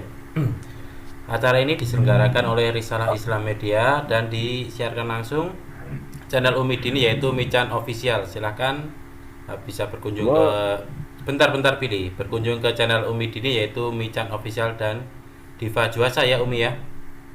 Enggak ya, yang Diva Juasa udah kena take down. Oke, jadi di Mican Official ya. Oke, terima kasih Mbak Umi Dini. Silakan yang kedua siapa ini? Bro Billy resen dulu. Saya sebentar saya mau jelaskan sedikit. Oh resen. Mungkin nggak bisa resen ya. Oke Bro Billy. Oke. Jadi sebenarnya Umi ini berkat. Oh bentar Bro Billy. Bentar, kamu resen bisa nggak? Resen Bro Billy mungkin nggak bisa ya. Oke, silahkan saya beri kesempatan dulu untuk Bro Billy dulu karena tidak bisa resen. Itu tadi sorry Meme Billy mau mau ikut bertanya. Itu resen dulu biar nanti teratur tertib ya. Nggak bisa caranya ini. Oke, silakan Bro Billy, saya kasih kesempatan karena tidak bisa resen. Oke, jadi begini, Umi katanya tidak mau dikadalin, tetapi faktanya kamu sudah dikadalin oleh Yahudi. Yang pertama, Yahudi itu menggunakan kitab Taurat, bukan Alkitab. Kalau dikatakan Alkitab, artinya kumpulan Alkitab, di situ sudah ada Injil. Yahudi tidak memakai Injil. Dan pemahaman Yahudi mengenal satu Tuhan itu dari zaman Yesus sudah ada. Makanya Yesus tidak pernah menegaskan secara gamblang bahwa aku adalah Tuhan. Kalau dia menegaskan secara tegas, sudah selesai, misi Yesus belum kelar. Dari zaman begitu Yahudi, itu yang saya tahu. Artinya ketika Muslim bertanya soal Yesus kepada Ishak, sama aja Hindu bertanya Nabi Muhammad kepada Billy. Tadi pernyataan saya didengerin. Siapa yang mengatakan enggak, kamu salah. Siapa yang menyatakan? Saya Umi. Umi diam. Kalau mau dialog tuh diam lu ada aturan. Enggak, Bang Hans, ini salah. Oke, bentar Billy. Salah. Siapa yang menyatakan Umi diajarin Alkitab sama Ishak? Orang tadi Umi udah berkata Umi sering diskusi sama Pak Jody. Umi bukan itu. Tolong dengarkan dulu Billy. Tolong dengarkan dulu penjelasan Umi, nanti baru kamu tanggapin lagi. Mungkin kamu kurang mencerna ya kata-katanya Umi. Oke, silakan Umi dijelaskan lagi, mungkin Bro Billy ini kurang mencerna perkataan dari Umi. Silakan. Oke. Mengatakan Umi sering Jody dengan Ishak. Umi tidak pernah mengatakan Ishak ngajarin Biblos ya. Ishak sendiri nggak percaya sama Bible kamu nggak percaya. Jadi Umi tadi mengatakan Umi sering diskusi, jadi Umi tahu tentang masalah bagaimana kekristenan ini dari Pak Jody, dari tahu bagaimana Yahudi, tahu bagaimana ajaran Yahudi, tahu bagaimana Torah dari seorang Judaism, paham? Jadi nggak ada Ishak Injil, nggak pernah ngajarin apa Bible, nggak pernah, karena kitabnya adalah Torah. Oke, jadi jangan ngawur kalau jawab, didengerin dulu pendapat orang. Oke, silakan. Oke, terima kasih Umi. Silakan Bro Billy untuk menanggapi. Saya tidak akan merubah statement saya, Umi. Yang pertama, Umi mengatakan dikadalin. Oke, saya jelaskan. Sebenarnya yang dimaksud saya dikadalin apa? Bagaimana seorang Hindu bertanya kepada Billy tentang Nabi Muhammad, tentu Billy menjawab itu disebut kadalin. Bagaimana seorang Yahudi dipertanyakan soal Yesus, akan dijawab oleh Yahudi itu dengan gaya kadalin juga. Yahudi tidak menerima Yesus sebagai Tuhan dari zaman Yesus sampai sekarang. Jika Anda baca dalam Yohanes 3 ayat 36, di situ dikatakan siapa percaya masuk surga. Dan ya, itu ditunjukkan kepada orang-orang Yahudi yang menolak Yesus, karena mereka hanya mengenal satu Tuhan. Kalau bicara soal penurutan soal Taurat, mereka Yahudi iya. Yang kedua, jangan mengklaim bahwa Yahudi itu pemilik kitab, jangan. Kitab itu bukan siapa yang punya, enggak. Siapa yang percaya, itu yang benar. Saya percaya Taurat dan saya percaya Rasul Paulus. Saya paham soal Taurat, saya melihat sisi Paulus tidak menentang Taurat, tidak ada satupun. Jadi sebenarnya kalau Islam bertanya soal Yesus kepada Yahudi, sama aja kalian dikadalin. Mereka tidak percaya mereka itu kitab Taurat, bukan Alkitab. Apa beda dengan Alkitab atau Bible? Ada di dalam Alkitab itu ada kitab Taurat, ada kitab Injil. Itu digabungkan satu namanya Alkitab. Nah, si Yahudi itu tidak pernah tahu tentang Yesus. Nah, begitu juga saya tidak tahu jelas tentang Nabi Muhammad. Ketika ditanya Hindu, iya kan?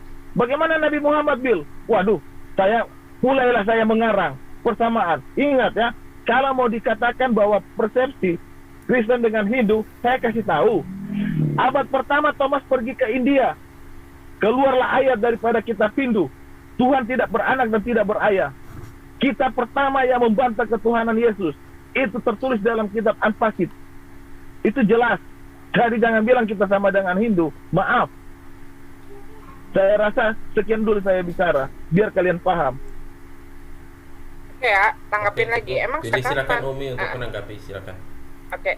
Emang sejak kapan bangsa Yahudi menganggap Yesus Tuhan? Ya kalian saja yang ngaku-ngaku bahwa Elohim itu ada, bahwa Hashem itu adalah Yesus. Tidak pernah Yahudi kayak begitu. Oke, selanjutnya biar Ishak deh yang menjawab. Silakan, Sak. Saya kapan ini admin? Ya bentar antrian dulu, antri ya. Habis ini kamu ya. Bro Meme, resen dulu biar tertib. Nggak bisa. Jadi, kalau dari perspektif Torah itu simple ya.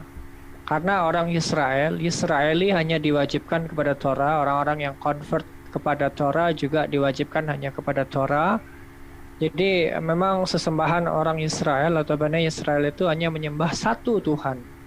Satu, tidak terbagi, tidak ada saingannya, tidak ada sekutu baginya, dan dia adalah Hashem yang menciptakan alam semesta ini. Gitu. Jadi di dalam Torah tidak ada pengakuan bahwa Hashem itu membagikan kekuasaannya kepada entitas lain, apalagi entitas lain ini dituhankan gitu, tidak ada.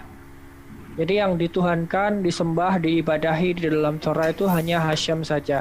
Sebagaimana di dalam Islam yang diibadahi, yang dipertuhankan itu hanya Allah saja. Nah, ini Hashem ini tidak pernah lahir, tidak pernah mati, karena kalau yang mengalami kematian itu hanyalah manusia dan hewan dan tumbuhan. Sementara Hashem tidak bisa mati. Bagaimana cara membunuh Hashem? Tidak mungkin bisa. Hashem juga tidak akan mengalami penuaan, dan Hashem juga tidak bisa dikatakan tua atau muda, karena Hashem adalah omnipresence dan transcendence. Dan ini tidak bisa disamakan dengan makhluk ciptaannya, begitu. Jadi kalau berbicara mengenai Torah, adakah Trinitas di dalam Torah? Tidak ada. Adakah dibenarkan Trinitas menurut Torah? Juga tidak ada, sama sekali tidak ada. Jadi fokusnya ke situ.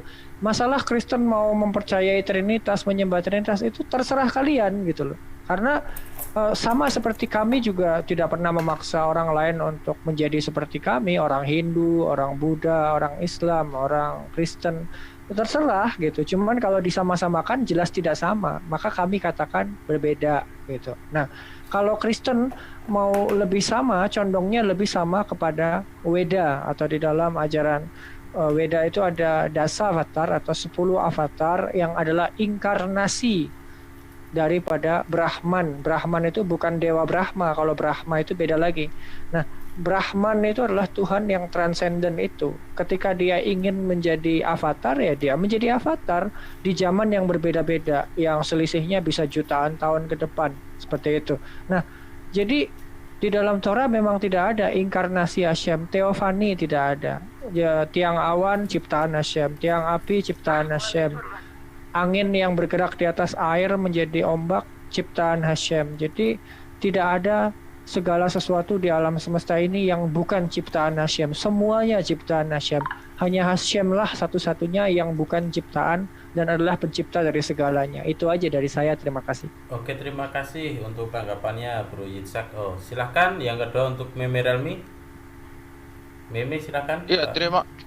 Ya, terima kasih atas waktunya. Pertama saya ingin menanggapi statement dari Yitzhak. Yitzhak ini punya kapasitas apa sehingga dia mengatakan bahwa Kristen ini, kepercayaan Kristen ini sama seperti Hindu dan Buddha?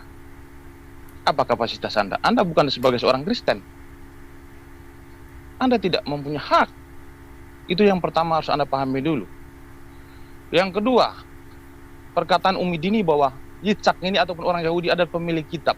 Kapan YHWH itu menurunkan Torah itu hanya khusus kepada kaum Yahudi? Saya ingin bertanya itu, coba jelaskan. Siapa yang bisa jelaskan di situ? Oke, silakan untuk Bro Yitzhak untuk menanggapi pertanyaan dari Meme Relmi mungkin. Baik, jadi Torah diberikan oleh Hashem kepada Moshe untuk orang-orang Israel dan mereka yang menjaganya, memilikinya dan hidup dalam kesuciannya. Jadi kalau di dalam Torah dikatakan Torah sivalano Moshe Morasya Kehilat Yaakov. Dan ayat ini artinya Torah adalah milik Israel dan bukan milik dari bangsa Kanaan, bangsa Moab, bangsa Hiti, dan bangsa Amalek, dan seterusnya. Itu mereka tidak memiliki Torah. Sampai hari ini Torah hanya dimiliki oleh Bani Israel. Kenapa Kristen bisa punya Torah? Karena tahun 70 Masehi orang-orang Romawi mencuri Torah dan menerjemahkannya ke dalam bahasa Latin dan juga bahasa Yunani, tetapi terjemahannya mengalami perversion atau mengalami korupsi di dalamnya. Jadi ada corruption di dalamnya dan sudah tidak valid untuk dipakai. Dan untuk belajar Torah itu tidak boleh belajar kepada pendeta Kristen, melainkan harus belajar kepada Kohanim Halawim, yang mereka adalah otoritas yang dikatakan di dalam Torah, yang mereka itu Wedarashta, yang mereka itu menjelaskan, dan mereka juga menjelaskan itu di tempat yang disebut Hammakom. Torah dijelaskan dari tempat yang autentik yang dipilih oleh Hashem, disebut Hammakom, bukan di sembarang tempat. Jadi kita harus belajar kepada orang-orang yang hidup di Israel, bukan orang-orang yang hidup di Roma, apalagi orang-orang yang hidup di Indonesia, Amerika, Eropa, bukan. Kita belajar dari Kohanim Halawiyim yang memiliki otoritas di Hammakom, seperti yang Hashem telah perintahkan di dalam Torah. Dan itu ada ayatnya kalau kita mau lihat.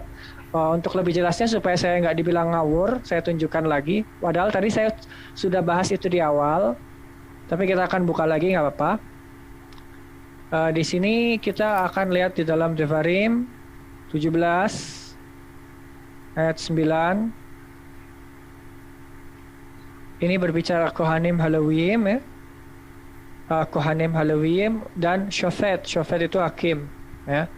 Dan di sini dikatakan Asher yajidu laka min hammakom hahu, yang mereka akan berkata kepadamu dari tempat itu. Hammakom hahu. Hammakom yang dimaksud di sini adalah Har Gerizim, tempat di mana otoritas Torah itu ditegakkan. Jadi Torah itu adalah milik orang-orang Israel dan otoritas yang kita harus bertanya adalah Kohanim Halawiyim. Sama seperti kalau orang Islam ditanya otoritas Quran itu apa gitu, hadis, maka mereka akan menjawab para sahabat dan mereka ajarannya bersambung sampai ke Muhammad. Jadi itu namanya otoritas di mana ajaran atau akidah Islam itu berasal. Atau kalau mau bertanya tentang Islam pasti harus merujuk kepada tokoh-tokoh sahabat itu dan Muhammad sendiri. Nah, kalau di dalam Torah tokohnya adalah Kohanim Halawiyim, tempatnya disebut Hammakom. Seperti itu. Jadi orang Israel tidak akan percaya penjelasan orang Kristen karena orang Kristen bukan pemilik daripada Torah. Dan satu lagi yang saya mau kasih lihat, dan ini sangat penting sekali, saya kasih lihat dalam bahasa Indonesia sengaja. Kenapa? Karena di sini dikatakan seperti ini.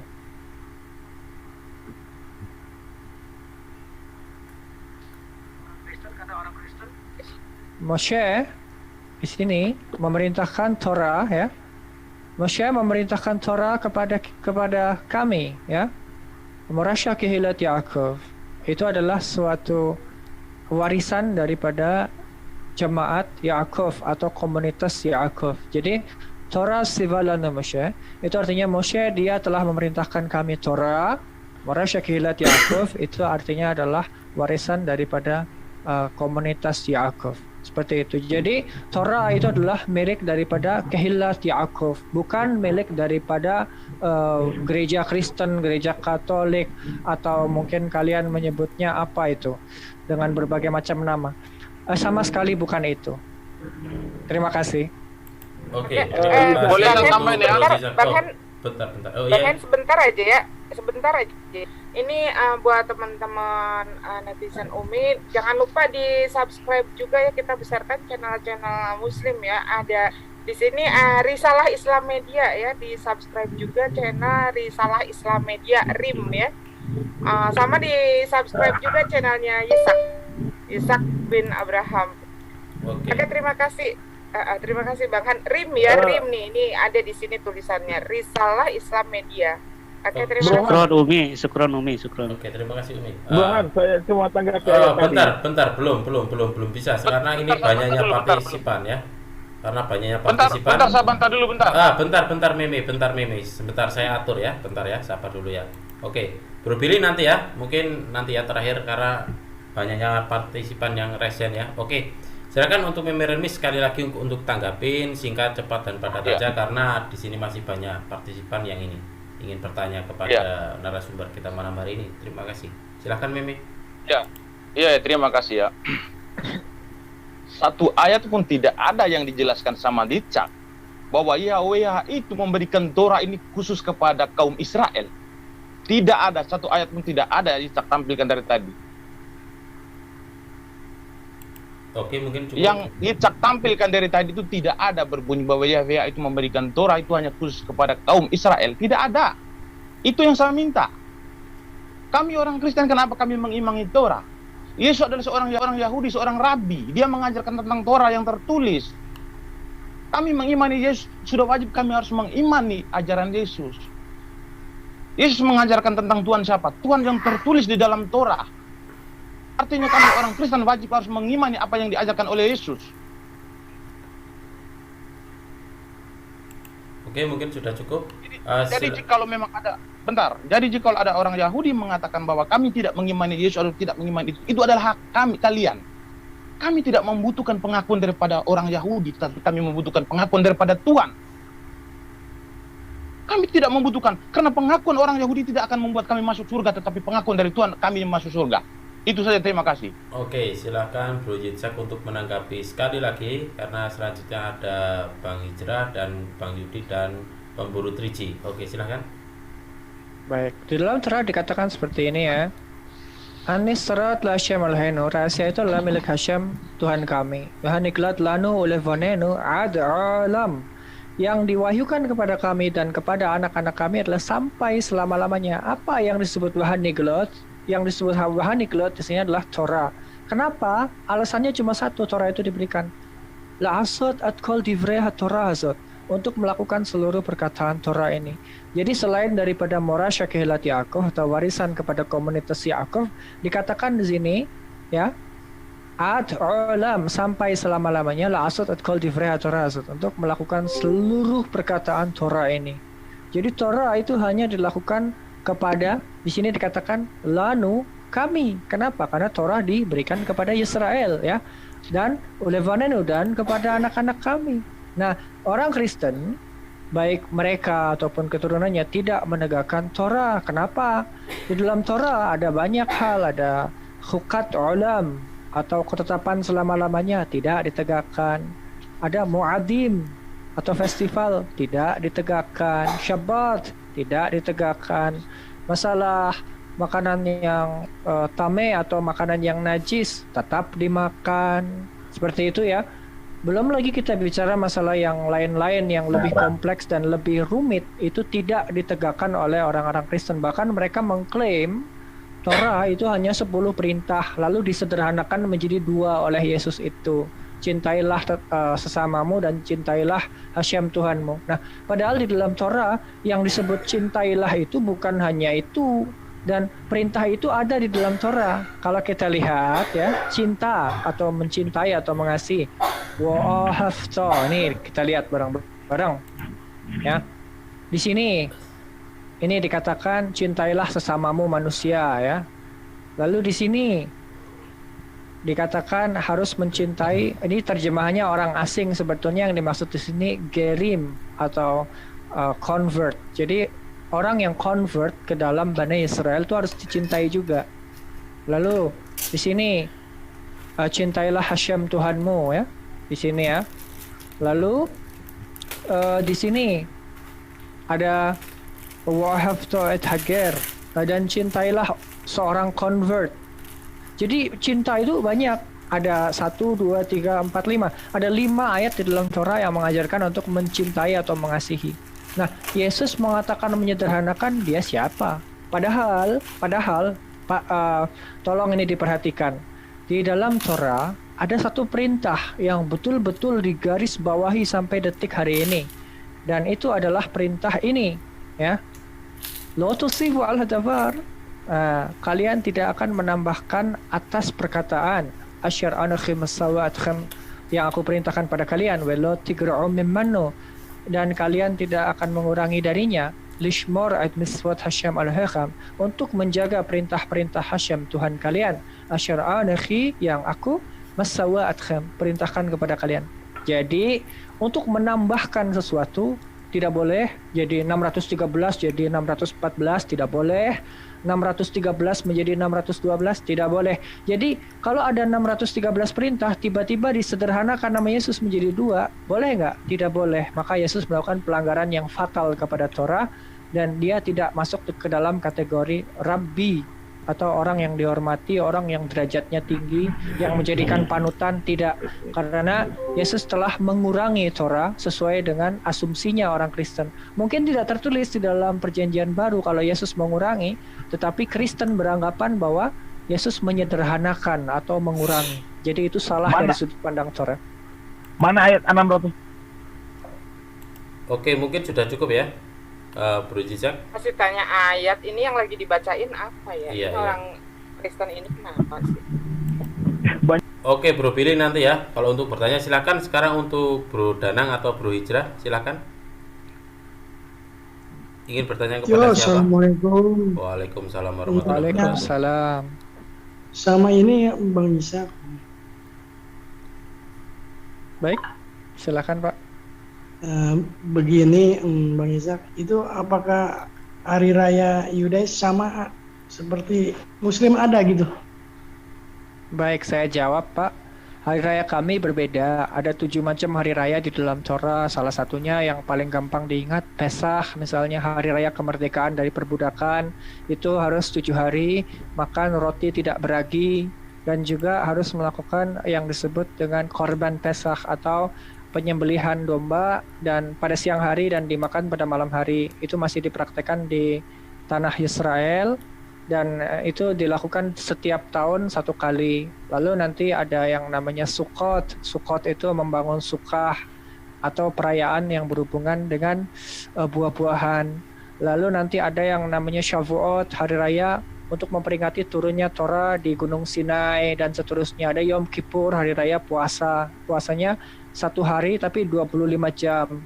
Dan di hari itu kita harus benar-benar meminta ampunan kepada Hashem, karena di hari itulah nasib kita untuk tahun depannya ditentukan oleh Hashem di situ. Jadi ada 7 perayaan totalnya di dalam Torah keseluruhannya, dan itu berbeda dengan Islam yang istilahnya terkenalnya ada 2 ya, ada Idul Adha dan Idul Fitri. Itu berbeda dengan yang ada di dalam Torah, walaupun sama-sama melakukan kurban dan puasa, tapi itu konteksnya berbeda. Dan sangat berbeda juga dari Kristen yang tidak merayakan apa yang kami rayakan, seperti itu. Makasih Bang Oke, Ishak. terima kasih Bro Ishak. Mungkin sudah cukup ya Bro Danang ya untuk penjelasan dari Bro Ishak. Silakan untuk selanjutnya untuk Bang Yudi dari Singapura, silakan. Bang Yudi silakan. Waktu dan tempat saya persilakan. Bang Yudi.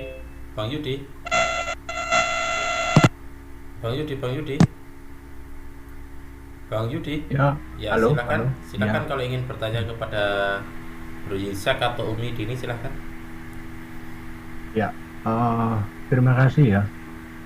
Saya ingin kejujurannya siapa Bro Isa ini ya. Ini kan lagi live nih, yang dipertaruhkan namanya dia. Siapapun dia, orang Yahudi lah, orang mana lah ya. Saya cuman pernah dengarkan videonya dia. Waktu itu dia pernah bilang Bro Isa ini, Tuhannya Bro Isa ini adalah zat ya. Lalu waktu itu ada live lagi, Bro Isa ini bilang Tuhannya bukan zat. Nah ini yang mana yang betul? Oke, Baik, terima kasih. saya jelaskan ya. Oke, lanjut. Pertama, zat dan zat dalam bahasa Arab itu kan penulisannya kan ada yang menggunakan huruf zai atau huruf z, dan ada yang menggunakan huruf zal yang kalau ditransliterasikan itu dz gitu ya, atau enggak z tetapi dengan titik di atas. Ini artinya beda. Kalau zat dengan huruf zai itu artinya adalah material, sedangkan zat yang dengan huruf dz itu tadi atau zal itu adalah artinya entitas diri atau keberadaan entitas tersebut itu nyata gitu loh. Nah, jadi kalau disebut Tuhan saya adalah zat dalam yang menggunakan huruf zal, maka itu benar. Karena Tuhan saya bukan ruh, bukan arwah, bukan hantu, tetapi adalah keberadaan entitas yang transcendence dan omnipresence gitu. Tetapi kalau Tuhan dikatakan zat ya atau material, yaitu zat padat, zat cair, zat gas, Tuhan saya bukan zat cair, bukan zat padat, bukan zat gas. Semoga ini menjawab pertanyaan Anda. Terima kasih. Sebentar, Pak Yudi ini Kristen atau Islam sih? Kristen.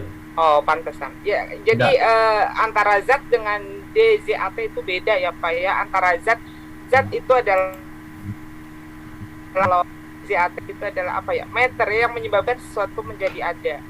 Iya, terima kasih ya. Tapi begini, saya ingin diperjelas lagi ya, karena yang namanya Tuhan, definisinya itu pasti Tuhan itu memiliki sifat yang maha kuasa, yang maha adil dan sebagainya ya. Itu dimanapun seperti itu ya. Cuman maksud saya Tuhannya Bro Isa ini dipertegas saja. Saya ingin dipertegas Tuhannya, maksudnya yang disembah oleh umat Islam atau berbeda, atau Tuhannya umat Yahudi. Itu aja pertanyaan saya. Oke. Baik. Pertanyaan yang simpel itu dijawab berdasarkan dalil Torah, di mana Abraham mengatakan Beshem Hashem El Olam, dalam nama Hashem Tuhannya semesta alam atau kekuatan semesta alam gitu.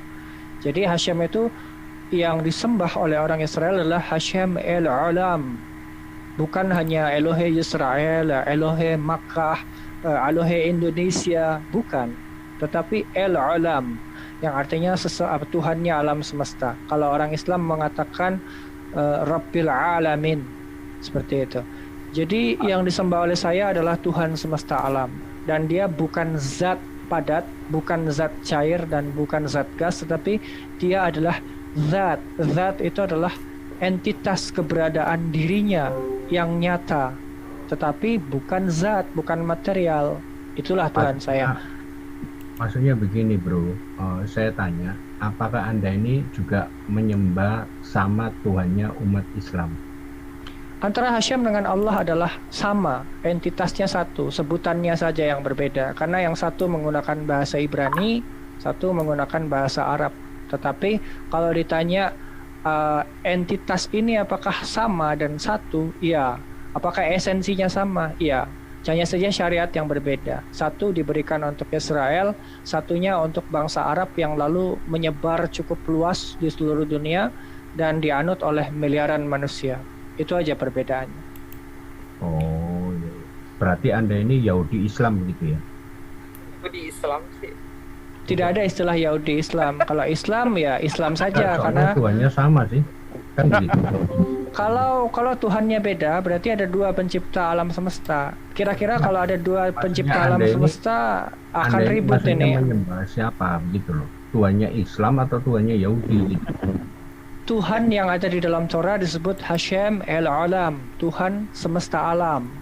Yang disebut di dalam Al-Quran ya, Alhamdulillahirabbil alamin, itu adalah segala puji bagi Allah, Tuhannya atau penguasanya semesta alam.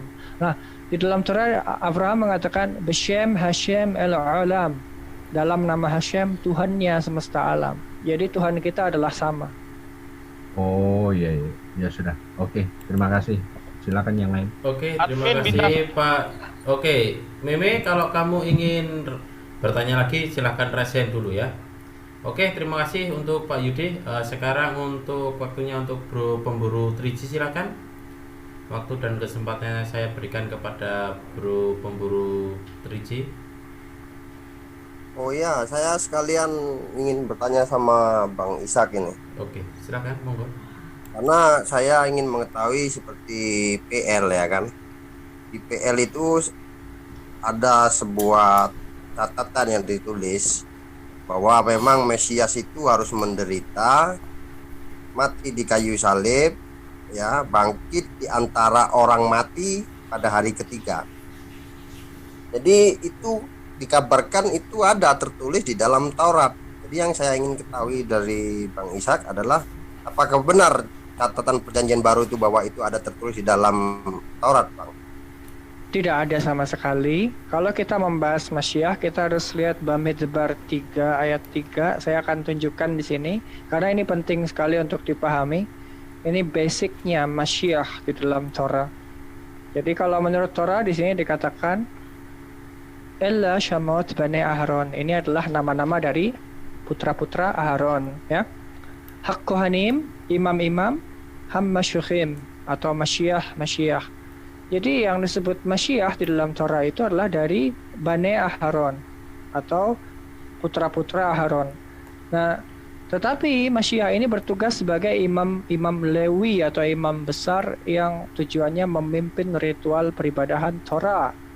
Sedangkan kalau Masyiah harus dibunuh, disalib, disiksa itu sama sekali nol, tidak ada. Juga yang dikatakan oleh kitab Matius tentang Yesus akan disebut orang Nazaret atau seorang nabi yang berasal dari Nazaret, itu juga tidak ada sama sekali dan kosong. Tidak ada dalam Torah, dalam Nevi'im dan Ketuvim, tidak ada. Jadi semua itu adalah bisa dikatakan berita palsu, begitu. Terima kasih. Oke, terima kasih. Terima kasih Bang Ishak atas penjelasannya. Oke. Sama-sama. Boleh admin. Kamu resen dulu, resen. Oke. Silakan untuk sekarang untuk Bro Hermi. Kalau ingin bertanya.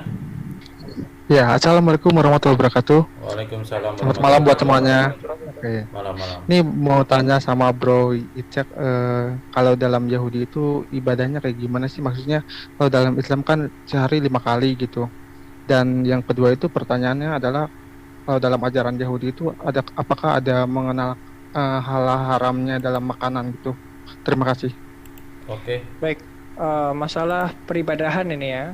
Di dalam Torah peribadahan itu ada yang disebut Shabbat, itu 1 minggu 1 kali, yaitu di waktunya adalah Jumat Maghrib sampai Sabtu Maghrib, artinya 24 jam seseorang menjalankan Syabat gitu ya.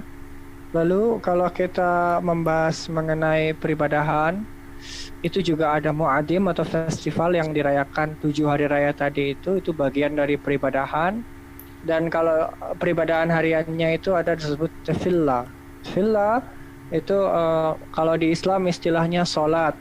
Nah, sholatnya itu berapa kali? Nah, kalau menurut tradisi Israel Utara berdasarkan yang diajarkan Kohanim Halawiyim di Hammakom, di tempat yang dipilih oleh Hashem, itu adalah 2 kali, yaitu Aref petang dan Boker pagi. Tetapi kalau di Israel Selatan nambah lagi 1 di siang hari ekstra, seperti itu. Nah, apakah itu salah? Ya tidak juga, karena itu tidak ada perintah spesifik dalilnya di dalam Torah bahwa seseorang harus melakukan itu 2 kali. Tetapi itu adalah suatu Torah lisan yang memang sudah turun 3.600 tahun ke belakang. Jadi itu tetap dilakukan sampai hari ini sebagai wujud bahwa manusia ini bersyukur kepada Hashem yang menciptakannya dan juga memberinya kehidupan dan juga rezeki dan kesehatan, seperti itu. Nah, mengenai peribadahan mungkin ada beberapa hal yang saya contohkan dengan ilustrasi di sini karena ini sangat menarik untuk dilihat ya. Mungkin ini tidak diketahui oleh banyak orang, tapi saya akan kasih lihat. Di dalam tefillah atau sholatnya orang Israel yang 2 waktu tersebut atau 3 waktu tersebut itu ada yang disebut hishtahawaya atau disebut sujud. Sujudnya berbeda posisinya dengan orang Islam, terutama posisi tangan dan posisi kepalanya. Seperti itu. Posisi tangannya bisa kita lihat adalah seperti ini, berbeda dengan kalian. Ini adalah orang Islam sujud dan ini adalah orang Israel sujud, dan yang ini yang melakukan ini adalah saya yang ada di dalam foto ini. Jadi ini disebut qida al-apayim, seperti itu. Lalu gambar selanjutnya adalah seperti ini. Ini adalah salah satu ciri khas orang Israel Selatan ketika melakukan hishtahawaya, dan ini adalah ketika mereka melakukan di Beit HaMikdash. Yang posisi tidur itu juga hishtahawaya tapi full. Kalau ini hishtahawaya tapi setengah, gitu ya.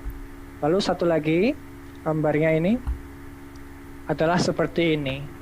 Gerakan-gerakan ini eksis di dalam tefillah dan inilah bagian dari peribadahan orang Israel.